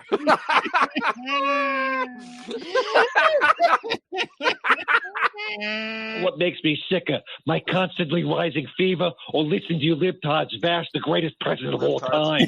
Hashtag trust Trump. Hashtag Dr. Fauci's an elitist intellectual. Hashtag drain the swamp. What is your problem with the show exactly? I never really understand. I think the funny thing that he probably doesn't realize is that 99.9% of the shit that this guy says is basically what people on Twitter say while the show is on, but it all gets filtered out for Howard because he doesn't read any of it. But this is exactly what people say every day. Well, they say it, and actually they've been saying it in the thread. He literally he said things that are said in the thread. Yeah, it's absolutely hilarious. He used a clip title of mine. I know, and then and the Zoom thing. I mean, we absolutely destroyed. Oh, the nose. Him. Yeah, we destroyed the nose that. thing. We destroyed that. It's like we had stills. We put stills up of it. But don't you guys But don't you guys feel so ridiculous that they have a self-awareness and we're supposed to be slayed by this? And, oh, my God, I feel so ridiculous. That's what we sound like? Oh, my God, I'll never do this. This is the last show, guys. I'm so embarrassed. They got us. They got us. You hear the witty responses by 79? I mean, good God. The jig is up. That's almost as good as him on Larry Sanders. What is up your wife's ass? She's on the perpetual rag. This show is too PC now, which is what I call something that makes me feel old. I can't call bad stuff gay no more. That's so PC. And sometimes my back hurts when I sit down too long. That's also PC. Hashtag sciatica. Well, Danny, things change in life. That's what you don't understand. Yeah, Alex Ivory, you're exactly right. If he was smart and got with the times, he'd revamp the basement equipment and start a quality podcast with quality guests. He could probably salvage these last few years. But the reality is, and we discussed it in the last show, is that he has such a captive audience right now. Like, his numbers should be through the roof. He should be at a point where he could get absolutely any human being he wants on the air. The laziness is screaming through, because if he puts any effort, an ounce of effort, he would actually, you're right, be able to name a guest he could get. Anyone. But he's so lazy, only picking the people that he feels comfortable with. And he doesn't have to do any research. That's exactly right. That's exactly right. Lazy so son of a bitch. Asshole. Why don't you go butt fuck Jimmy Kimmel? Hashtag crank Yankees. Hashtag the man show rules. Hashtag I also want to fuck Jimmy Kimmel. All right. Well, we have that in common, you and me. All right. Wow. I laughed so hard I almost drove my car off the road. Hashtag nobody has ever done that. By the way, great guest during these Corona shows. That's fucking great, by the way. Hashtag nobody has ever done that. Another thing mentioned on the thread all the time. I think I drove my car off the road. I think exit 134 says it all the time. Scary. How'd you manage to book Jimmy Kimmel and Alec Baldwin with David Spade on a ventilator? Hashtag COVID-19. So now you not only hate me, you hate the guest as well. All this show cares about is big Hollywood guests. And also, how come there aren't more guests? That's right. I love and hate the guests, just like I love and hate you, Howard, and love and hate myself. I don't even know what you're talking about. You seem I'm to not be contradicting myself. You are. You know what I really hate? That Millie Bobby Brown fake agent bit. I hate it so much I'm still talking about it every day online, even though you don't do it anymore. Hashtag bring it back so I can hate it, please. All right. Listen, a lot of your arguments don't seem to make sense. He's got nothing to say back to him. It's so weird. No, he literally is being he's being outwitted by a tape. Let's really think about that for a second. It's loosely rehearsed. He's supposed to be like, I'm so beneath. This is so beneath me that doesn't dignify a response. And look at the self-awareness I have, and I'm going to be minimal. You know, we're supposed to be so slayed by this. We're never going to do this show again. And Monique's going to close the site down. The problem is that you have a 79 IQ that thinks this is witty, and he just sounds stupider than ever because he just got beaten up by a tape, like with the Simon Cowell tape. He gets destroyed by the Simon Cowell tapes and comes off even worse than he normally does. It is so sad. The Emperor has no clothes or wit. If people are thinking this is the Alex Jones, that would be Brandano that does Alex Jones. No, it isn't. That's Nowicki that does Alex Nowicki, Jones. man. They're interchangeable in my mind. I'm sorry. All right, Brandano is the musical director. That music is not going to direct itself. That's Get right. it straight. He also and he was one in the Marcy. Okay, that's right. These next two are entirely up to you. If you're not into it, I totally understand. Sebastian Wet Market, White Knighting a Sir. So apparently an article on Paul McCartney got planted from Howard's show that he was very blaming bats for viruses, and Howard's trying to defend him. It's not that interesting. You can skip it if you want. Sebastian Wet Market. He is taking a victory lap because they planted a story that got played by the Hollywood Reporter about Paul McCartney coming on about this this article that was written by Paul's brother-in-law. All this is a victory lap that Howard is congratulating himself for getting an article press released. And he gets to associate himself with McCartney above exactly. all. Okay, here we go. I got pissed off. I was definitely digging Paul McCartney calling in yesterday. Big highlight. And I read an article on Rolling Stone. Hollywood Reporter had put out an article. There were several articles about what Paul McCartney had to say, in particular about the wet markets in China. Mm-hmm. As I told you, my new sign-off when I finish the show every day will be "F you wet markets" or something like that. Oh, because that's his big cause to celeb, right? To be against the wet markets. Should have paid Paul Jackie. McCartney has a wife, Nancy, and Nancy's ex-brother-in-law is some sort of scientific guy. Oh my God, I love somebody who just came on whose name is Clorox Banana. That's phenomenal. Wow, that's great genius. name. That's Great genius. name. I love it. And he wrote a big article, and she sent it to me about why the Chinese government should shut down the wet markets. It's a no-brainer. It's non-controversial. Who would be against shutting down something that has given us not only COVID-19, but there was a bunch of other viruses that have come that I think that would be controversial. So Hollywood Reporter wrote an article quoting what Paul had said. Just a little aside, maybe I'll post a thread on it. I was fooling around last week and I stumbled onto this. You know how beloved Paul McCartney is? Like, nobody talks shit about him. He seems to, and it's kind of boring when you say, Phil Collins hates his guts. They have a real big feud. Yeah. Paul McCartney condescendingly blew him off at a party in front of his wife, and Collins went off on him in this article. It's great. Is that up there with Paul not signing an autograph for Ashley? Yes, very similar. Very similar vibe.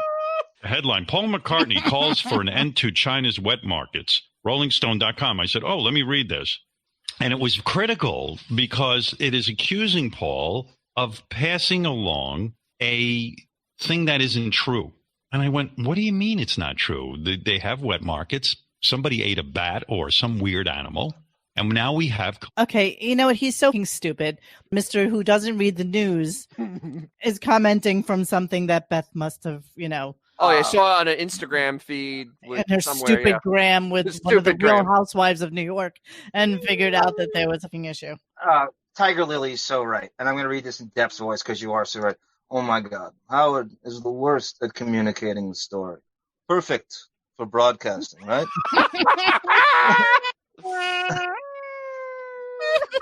I'm moving over the wet market. I can't listen to that shit.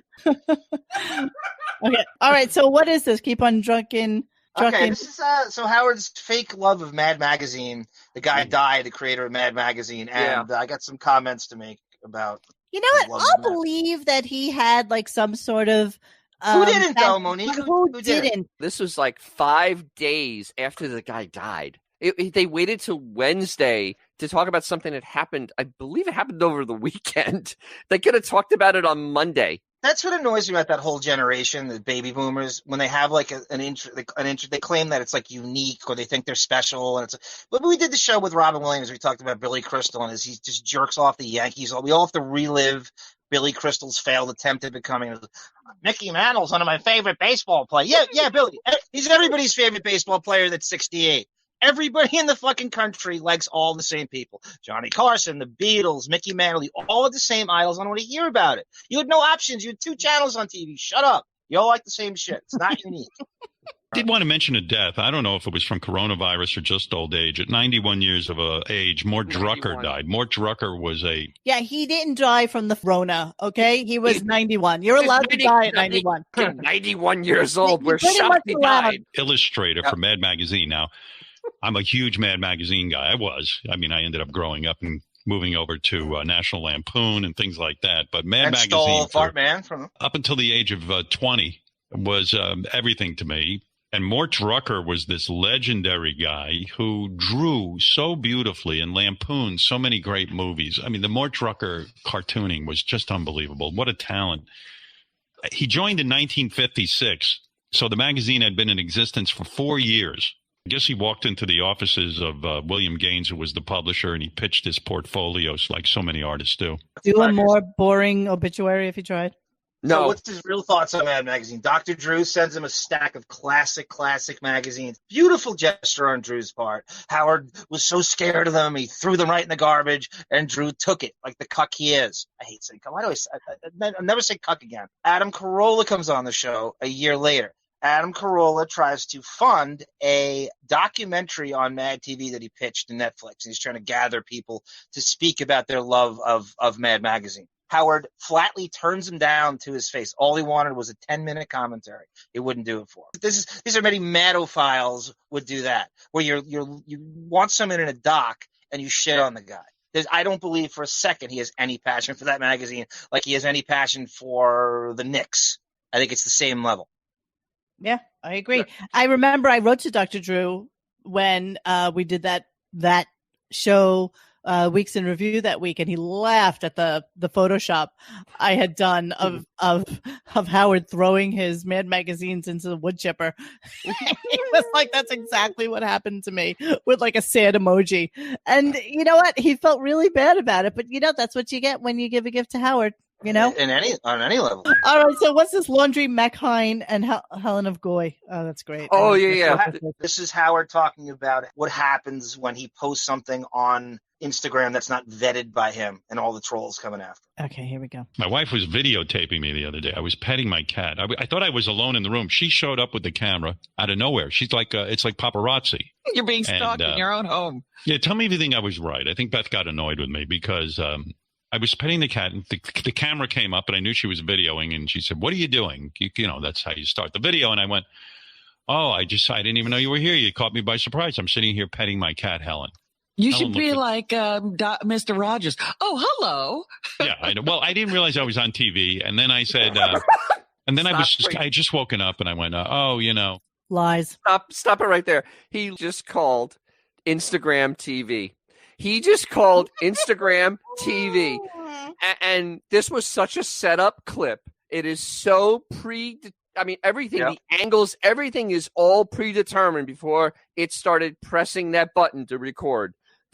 He is so full of shit in this, but calling it TV may be one of the funniest things he said all week. I was putting my laundry in the laundry machine, and then I kept talking. She posted it, and I said, "Oh, let me see that." And I watched it, and I said, "I put my laundry in the laundry machine." I know. Honey. I was going to say laundry machine. Yeah, I guess it's what you. Oh, you were going to say laundry machine. You don't even know where to put the fucking detergent, and you were going to say, "I was going to say." No, you weren't, Robin. You weren't going to say anything.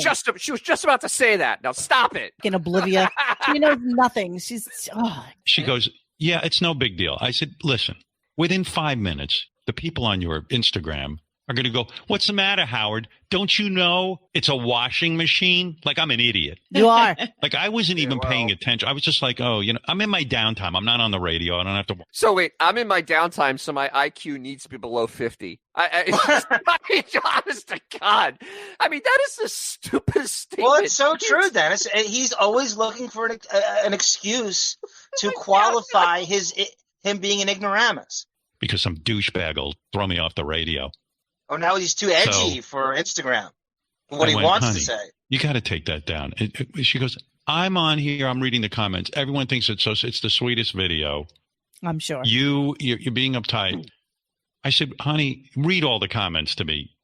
And right away, there it was. "What's the matter, Howard? Don't you know it's a laundry machine?"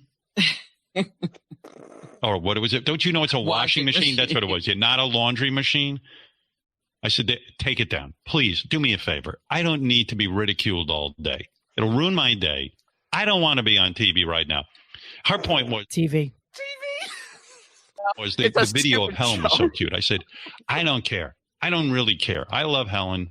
I don't need to share it with the world. So I think Beth was ticked at me, but where'd the Helen I'm come glad from? I took it down. You know, people yell at me because I forget commas in their thank you notes. I am completely evaluated all the time. I got Twitter trolls. I say, I'm sitting in the house petting my cat. All right. I said laundry machine. I swear to you, I didn't put an ounce of thought on it. I didn't think I had to share this with everyone. And this social media is brutal. If you make a mistake, don't put it up there. That's my message to you. People will eat your fucking kishkas out. You understand what I'm saying by kishkas? No. All right. So Cindy Who has a question. Who names their cat Helen? Helen Rose is Howard's alternate name when he was on the chat sites as a woman. Wow. That was what? He revealed that that's the motivation behind naming the cat that? No, we figured it out because it's so weird that why would you name a cat right. Helen Rose? It's just so stupid. By the way, did anybody ever receive their calendars? Because I don't recall seeing any pictures of it other than the one or two that she posted Marianne from the from photo Brooklyn. shoot. Marianne from No, Brooklyn. but from the photo shoot, there's only been like one or two photos of the calendar, and I remember she complained that nobody was getting their calendars because they were running late, right? Remember? Yeah, they kind of yeah. disappeared. It kind of disappeared. God only knows. It kind of disappeared. That was kind of weird. We should have ordered one. Just I 1000% was going to order one, but they were sold out, and then she wasn't selling any more of them because they were having problems as it was getting the ones that they did book.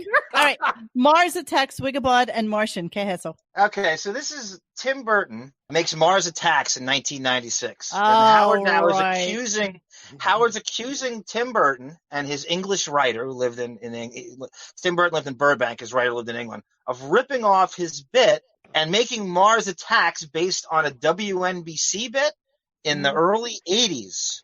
1983, I think. Mars Attack came out in 96. I'm just curious if for some reason in this whole thing of clips, is there a callback to this somewhere? Or are we? I don't think it exists. I've never heard it.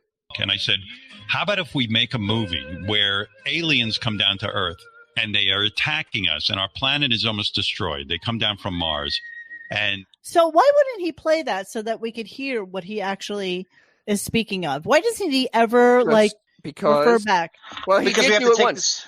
No, I'll tell you why. Because he did it once already with the whole speaker thing, and it blew up in his face because what he described in his movie did not happen in real life. The woman didn't on get the off radio, getting off on she was on a clock radio. He tried that horrible thing. She went, I really don't feel anything, and it was absolutely nowhere near as much as he had built it up. And it's going to be the same for this. It has nothing resembling what he's talking about. That is why. And Mikey Rex he points out that Mars Attacks originated from an old card series from the 60s.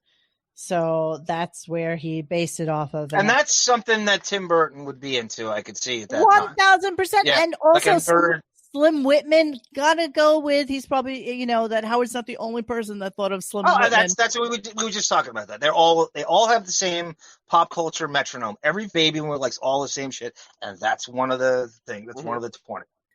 And then at the end of this, Slim Whitman, they play Slim Whitman records, and it kills all the aliens. They go berserk, and then they go back to their planet.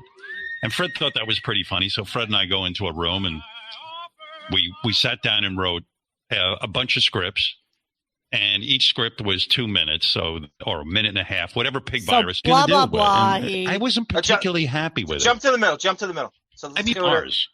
It was called Mars Attacks. Mars Attacks. Right. Yeah. I don't know if Fred saw it first or I saw it, but I remember sitting there in shock. Yeah, Mars Attacks was the story of these Martians that come down, and at the end of the movie, Slim Whitman records are played, and it kills all the aliens. And I was like, whoa, that is fucked up. I love Tim Burton. Let me see. Came out in 1996. And honestly, I don't know that it was our best work, but Fred got his such a genius. Fred got his 1 minute of talk last week. Yes, and that's the first we heard of Fred all week. Yeah, on Wednesday, halfway through the show. But don't you love the way he's so reductive with something? Oh, you guys are such geniuses. It was a throwaway, and they stole our idea and made a movie out of it. It's not even our best work, and he stole it. Yeah, Tim Burton stole it from us. Geniuses. Wait, is there any more of that, Arm? Do you have? Yeah. Oh, I have the original Tim Burton conversation. Yes. Okay, so this is the actual clip when Tim Burton was on. So I went back to 1999, and I found the actual exchange of Tim Burton and Howard talking about Mars Attacks and Howard accusing him of. Thank you very much. Now, What stars? I'd go see anything that Tim directed. I really would. You want to bring back film? We like Mars Attacks, and you crucified for that. Except in France. Yeah, in France, they say you're a genius. I love that film. That is just funny. Those goddamn macho. And you know what? I got to ask you about this. Years ago, when I was at NBC Radio. Now, this is like 16, 17 years ago. The first day I get there, they say, you got to do recorded bits. We don't want you talking extemporaneously because every time you do, the FCC gets involved and it's all wrong and you shouldn't talk on the air. So I write this bit called Slim Whitman Meets the Aliens from Mars. Wow. And the bit was, I have to play it for you one time. Yes, we did after the show. Your movie came out. We replayed it. It was a bunch of aliens come down from another planet, and the only way they could be defeated. Oh, did you hear that, John? After his movie came out, they replayed it. So maybe it is somewhere in the archives of life. I'll go back and find. It's 96. So the needle in a damn haystack. You know what? There's so many Howard savants out there. Maybe somebody can help us out with it and point us in the right direction. All right, let's listen to something. Is to play Slim Whitman and watch their heads explode. I swear to God. So absolutely true. Fred and I wrote it together, and we did it in 5 episodes. So we had episodic radio. And not that the bit was so great, but when I saw the film, I go, Fred, that's our bit. No, I wouldn't sue you because I love you too much. But I'm sure somebody, I don't know how it's you wrote that film, right? Well, yeah, I mean, it's something about Slim's voice is very sonic. We played Uma Palona, and then we go, Uma Palona, Blanco, and the aliens' heads would explode, and that's how they got rid of the aliens. I mean, it was really freaky. And why did we write that, Fred? Because we were fascinated with Slim Whitman. Yeah, pretty much. Yeah, because there were a lot of Slim Whitman, those Boxcar Willie. It could have been Boxcar Willie. Yeah, so I was freaked out. That's the most amazing thing ever. That somebody had a movie about that. So that we had the same idea. When they discover how to get rid of the aliens, they're like, oh my God. Yeah, it's just so freaky. Oh my God, Robin. Yeah. Oh, shut up, Robin. She's just parroting like every... Let's break this down, all right? Tim Burton lived in Burbank his whole life. He worked for Disney. Howard, this bit is in the early 80s. His writer lived in England. You're telling me these guys somehow got tapes, non-syndicated radio show, and stole your bit and made a movie out of it from a market they're not in. You have to be kidding me. I figured it out. It was because he was on AM radio and it was bouncing off the ionosphere, and he actually heard that one bit from the show. That's what happened. The one thing I heard. That is exactly. Ionosphere. Tim Burton stole from him just the way Howard didn't steal from Steve Dahl. Speaking of Tim Burton, there's Johnny Depp with Jon Bon Jovi, and this is Howard. Just coming out of the closet, just handspringing out of the closet, talking about when he sees Bon Jovi, I want to be prettier than a girl. When I see Bon Jovi, he's so pretty. And this is not for comedic effect. This is just a gay wad coming out. This tumble saw. Because here's what happened on a playground. Early on in Jon Bon Jovi's career, he met with Satan himself, and Satan said to John, "I'm going to make you like really cute, so cute. Not only girls will love you, guys will want to fuck you." You're going to have perfect hair. Really? You're going to have a perfect face, and you're going to have a perfect body. And I'm going to give you a voice like an angel. Oh, like an angel, yes. And I'm going to put songs in your head that the whole world is going to love, even like 30. You'll never be able to stop touring. You'll always be able to make money. He's opening up food. He's giving homeless people free food. Oh, how dare he? He's making restaurants. Now, he's not giving them free food, like shit food, like government cheese. No, you don't get in He's giving them line. cuisine. Yeah. And he does charity, and he helps people on the street. Wait till you hear. And the thing is, Satan is actually considering having to send him to heaven. Oh, what is this bullshit? Satan said, I'm going to give you everything in life. You'll be pretty. Okay, it's the end of satire as we know it. What's this? So this is, you guys were going crazy over this, Dennis, in the mockery thread. Mm-hmm. So this is a coronavirus parody song. Horrible parody song. Oh, God. play it. It's so bad. We might as well. Right. They were trite. It was awful. There was no comedy. Under quarantine. Social distancing. Stocks have stopped trading. It's the end of the world as we know it. It's the end of the world as we know it. It's the end of the world as we know it. And I feel fine. 6 o'clock TV hour. Coronavirus, take a shower. Common joke is not a joke. Wash your hands, eat the soap. North Korean missile launch. Stocks fall. Fly crime. Every story has delay. I hate everything about this. That's supposed to be comedy. It is absolutely amazing. All right, so what's this if you give marbles a bad name? So what about Howard, every time Howard has a guest on, and they're fairly wealthy, he has to pretend that he's enamored by this guy's money, and he's counting Bon Jovi's money. Oh, okay. I love this. Okay. The biggest selling band of 2019, Bon Jovi, with 1.9 million tickets sold more than 8 million tickets and grossed more than numbers to rack up. It's for the next, I'm going to say, 2 or 3 years. That's something that I've seriously been contemplating. You're going to be fucked. You can't get caught up in hearsay. Everybody's got an opinion these days. But yes, I've read these articles that 20 is out of the question. 20. I don't think Jon Bon Jovi's that smart either, by the way. No, he isn't. He got away with his looks his entire life, and he really cannot formulate an articulate sentence. He's especially fortunate because he got in at the right time when their music hit its apex. This is when you could sell albums and the sort of hairband phase and a lot of that shit would never. Can you imagine coming out with Bon Jovi's music today or even 15 years ago? Who would ever flock to that? And also, stadiums were still a big deal then too. So that was a lot of money touring. He made his hay on. He's a Springsteen doppelganger too. I mean, he's biting off two guys who have a Kentucky accent, but they're from the middle of New Jersey. I have no feeling for Bon Jovi at all. I mean, Cookie went on a Bon Jovi cruise last year, and we still haven't let her live it down. Wow. Yeah. They're cheese balls. If you admitted you like them, you get the shit kicked out of you. If you were a male and you said I like Bon Jovi as a Generation Xer, you get the shit kicked out of you. Walking with a Richie Sambora t-shirt, Dennis, in your Staten Island high school. See God, no, Jesus, that'd be a beating. That'd be a beating I had never forgotten. Oh my God. All right, so what is this from dishwasher to dishwasher? Howard basically was doing the virtues of being a dishwasher because he was the greatest dishwasher ever at Camp Wilmette, right? So basically, just how wonderful Bon Jovi is because he's cleaning dishes. It's such a wonderful thing for him to do. That's about it. That's literally.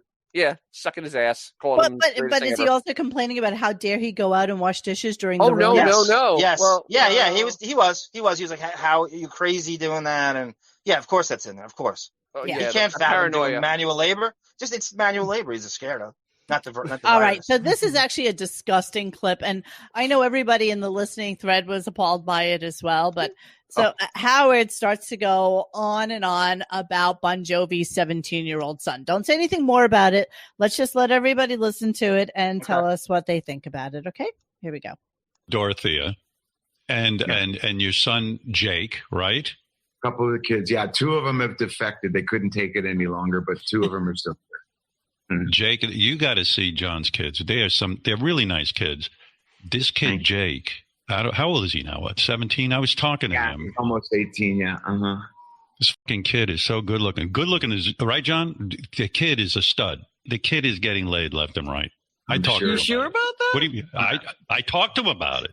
Oh, you did? Hell yeah. He's a good kid. He's a good kid. I talked to John's kids about shit that they can't talk to John about.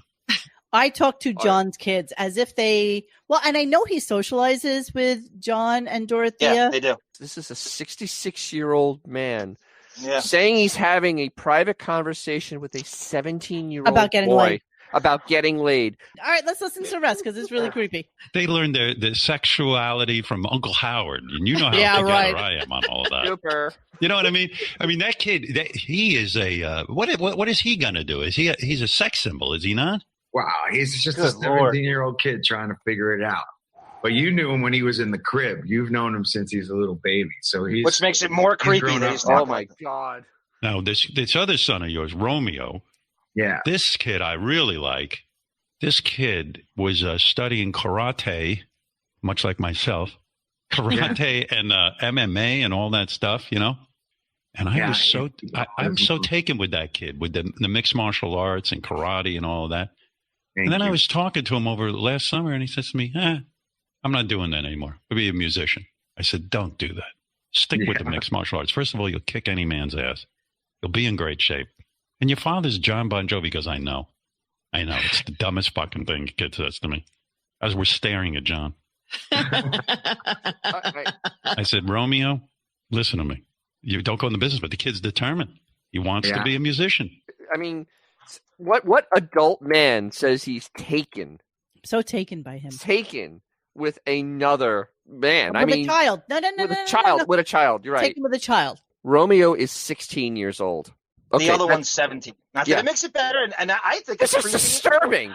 Dennis, I think if you were talking to a 21-year-old male, it'd be creepy doing that. And that's kind of where it's going next. All right, hang on. It's worse. I'm trying to blow this up so that you can see the Bon Jovi children. These are the children. This one was actually addicted to like heroin or meth. What was it? She got in trouble in college and she got kicked out for doing a bad drug. It wasn't even just like cocaine or something. Yeah, she did a bad drug. Her and Deborah at the Jingle Ball. I can't remember what it was. But yeah, so that's the son's. It's crazy gossip. I didn't know that, Monique. Oh. Yeah, I remember that for some bizarre reason, but yeah. See, Dan. Oh, it was heroin. Todd Gurul just said. Oh, okay. Heroin, yeah. Yeah, bad drugs are hot. Bad drugs are hot. Okay, so where are we now? I really want to do this just because I just went and got these this afternoon. This is Howard talking to Jackson. Now we have proof of him speaking to someone like this. This is Howard speaking to Gary's son, Jackson, who is 19 at the time. Now you say, 19's legal. It does not make it any less creepy. It doesn't make this more noble. It is just as creepy and is in front of Gary. And this is when they came in the studio during a break. Jackson was at Syracuse, and he popped into the studio during the news, and Howard sexually harassed him and his frat buddies. Right, is this clip Wigga Kaka Creepa? Okay. That's the frat. You guys ever get naked and like have to do those initiations? No, stick a hot dog up your ass. No gay stuff. Nothing like Put that. Put your hand in the toilet. You don't have to like vomit on each other. Of course not. No broom handle. Hey, you want to be a Delta Todd Delta? What you got to do is you go in the room blindfolded, and we're gonna piss on you. Skip that. Do you have like frat parties and stuff? Yeah, of course. Wow. That's where all the money's going. Oh, you gotta. This is the DJ boy? No, this is Netflix. Oh, Netflix. He just turned 19 here. Yeah, these are like a sister sorority when you get to bang all those chicks. No one in particular, but there are a few that come over all the time. You're a good kid. I like you. Thank you. I hate so many kids, and you I like for some reason. Let me tell you, how old are you guys now? I'm 19. They're all older, a little few. 18, 19. To be young. I'll tell you what, I was in the bathroom. I had to wad up toilet paper to put in my underpants so the urine won't drip down my leg and get into my underpants so my wife won't see yellow stains in my underpants. They have no idea what you're talking about. No idea. Fucking cock drips. That's what. Ew. Now, Monique, this is your teenage son talking to someone like this. What are you doing? Listen, this is vile. It's not funny. It's not teaching. It's vile. It's utterly just the creepiest. This is Sandusky territory. This is Predator, 100% Predator. It's really gross. Yeah. And I cut out here in no time. It doesn't take long. I'm teaching you boys something you ain't going to learn in Delta Tau Delta. You hit 59, your cock drips with urine, and you have to hide tissues from your wife. Listen to him fake laughter. Jerking off into toilet. Uncomfortable Twitter laughter from the boys. Seriously. Yeah. He sounded he was pretty sure nobody talks like that in his household. You know? Yeah. Because I have a small penis. Did you know I have a small penis? I did not. Yeah. You don't listen to the show, huh? No. Your dad doesn't let you? Well, I mean, when I was little, I wasn't let. Your dad doesn't let you. You know, he's taking calls from parents whose like 12-year-old is in the car who says that my dad lets me listen to it. Yep. And we're going to be concerned about Gary's almost adult children listening to the show. It's almost as farcical as Robin being hot enough for somebody to fucking pick up. Almost. He literally needs a rape whistle. I mean, there should have been a rape whistle going on. Where's my rape whistle? Exactly. Where's that rape Where's my whistle? rape whistle? So this is what he does with his own kids, and we played this before. This is penis colada, right underneath it. Oh, okay.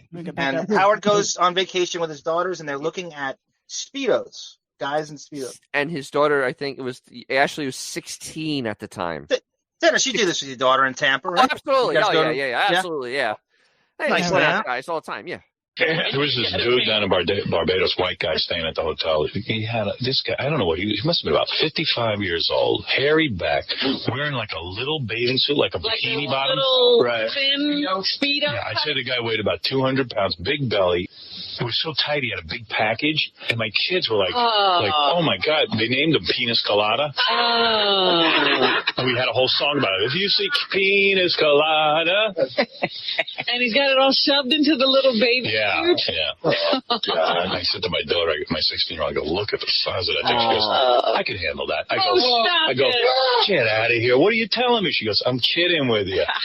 Oh, Deborah, you got him. What? She got him. Stern daughters. All Allison has, now you know why those years got scrubbed. All Allison has to do is produce that tape for the jury and she gets half his money. And for years, how would you ever win in a court battle if you're producing that footage for somebody? Wow. Yeah. I mean, look at what happens. I know we love talking about the divorce and everything, and I happened to mention this in one of the threads the other day. You know, he got away very, very luckily with Allison. I think, you know, if one of the issues was to not talk about her on air anymore, I'd be, that's super fucking fine, because she could have gone after his future earnings. Basically, she wanted nothing more to do with him. Nothing to do with him. And future earnings, she would have had to have something to do with him. Shut the fuck up about me on air. Like, don't talk about me anymore. Exactly. And it was good. You know, Liz got away with it. So it's okay. Good for her. Yeah. So, okay. That was super fucking creepy. So, Johnny, are you there? Monique? Yeah. Johnny? Monique? Johnny? You hear me? Johnny? Oh, you're back. Why, have we lost hear me? him? Yes. John, are you there? John, you there? Bueller? Did your screen crap out before? Bueller? What? No. What?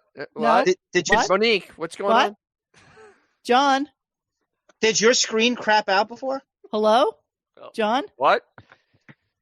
I'm kidding. I can hear you, John. Wow. I'm fucking with you. As soon as you went into the divorce settlement, I got so excited, and I just got this, 17 Squabble Lane Michael J. Fox connection swirl on my screen. Did you get it? Because it showed on the computer that it did. No. Okay, good. I'm glad it was just. All right, so we were going to move on to current stuff. So, all right, here we go. Like, how can you trust a vocal coach? Like, before you hired one, listen, you're considered one of the great singers. And you probably say, hey, if I hire the wrong asshole, they could really f me up. They might teach me to sing the wrong way, not on purpose, but it really, in a way, you kind of say to yourself, well, it's a vocal coach. How do I know he's going to be any good? It's a sheet, but Katie Agresta and her sister Mary Jo, they're badasses, and I've been with Katie over 30 years. You know who used to go to her? Dee Snider. No kidding. Dee's got a powerful voice. For real. What? No, you can hear Marcy in the back going, dump it. Oh, I thought you were telling me to stop it. I'm sorry. No. Like you could hear, like they had sirens, like, ooh, DEFCON 5, DEFCON 5. That's all we wanted to hear is him get it. But Dee Snider. Howard was so happy that Bon Jovi took the baton, because I would love for John just to sat there and said nothing and make Howard expound on Dee. Because that's like, Dee's got a great voice. Boom, right back to John. If John just sat and let him carry the ball for a while, he would have. There's no way he would have gone any further than that. Oh, he would have changed the subject as quick as that little mind could. A natural follow-up would have been John saying, Howard, Dee used to be on the show all the time. You guys are best friends. What's going on with you two? Has he been on in a while? You're assuming that Bon Jovi knows anything about the show. Exactly. No, he knows nothing. I'm sure it doesn't even come up. Okay, so Darth Kermit lessons. What's that? All right, so they're trading speech coach lessons, which is bizarre. Bon Jovi's and you got to give it to John here. John's saying, like, you could never be good enough You always can learn. You can always be better at what you do. You can always be better as a singer. I like to see what else I can do and other notes. Whether you like Bon Jovi or not, he's got some qualities. He's obviously a great dad. He does a lot of charity, and he supposedly never tries to stop improving at his quote-unquote craft, which Howard shits on, and Howard thinks you should never improve. And of course. Yep. All right, here we go. It was like when I was first in radio, and my voice was just so locked up because I had a pretty nice voice when I walk around, and then I get on the radio, and all of a sudden I'm like, hey, it's Howard Stern here. My whole voice would get tight because I was so nervous. So I went over to her apartment. She's a very nice woman, and she described to me this less act technique, and then she took out a tub of hot water and had me put my head in the what? A dick sack technique? What was it called? The les sack technique? I mean, those teeth are extra slippery. I mean, they really are. And I love that his voice got tight when he went on the air. So that's explaining 1989. Your voice was still tight after you've been on the radio for over 10 years. You were still nervous. Still nervous. Start breathing. And he wanted to get promoted. Like take a breath and then blow out into the hot water and all these kinds of things. And it's a weird thing. It was all interesting. And in fact, a lot of it, I was able to get rid of a lot of my New York accent. The whole idea was to place your tongue, learn to place your tongue in new places, and you would get rid of your accent. Not in a vagina. And I think in a way, even all these lessons are making me uptight. That I just gotta, because now you're thinking about where your tongue is as opposed to just speaking.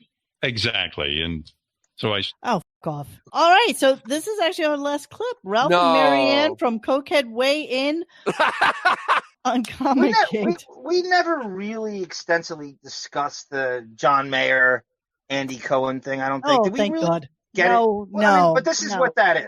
He is salivating. He has never been so eager to impress his new twink boy, John Mayer, who has never done the show in all this time. You remember when he came out on the birthday bash? He did a Bob Dylan cover, and he kind of saluted him. He wouldn't even come over and just chat with him for 90 seconds. It's so bizarre, right? It's the David Bowie. It's the exact same thing David Bowie did. That's same exactly exact right, thing. Dennis. That's exactly right. And it's just this sort of this fake back and forth, and they're sending each other calligraphy notes, and he's using a typewriter and jerking each other. And it's so homoerotic. It's pretentious, but so homoerotic. But Howard's like a guy trying to impress a chick. And he's embarrassed that it didn't go well. And did I call her too much? And was I too aggressive? And he's really, really rattled by this. He really needs to get a new boy toy in his stable. All right, so let's listen to Comic Gate. We'll finally get to this. Here we go. Let me ask Ralph what he thinks. Ralph, you're listening to this. What do you think? Yeah, when you brought this up last week, I was like, "Oh God, come on, Howard! It's ridiculous. Don't be so sensitive." I went and I listened to the whole thing, and they are clearly fucking with you. Of course. And like you guys were just saying, it was like the worst acting ever. I mean, watch the entire clip, judge for yourself. But come on, I've watched it several times.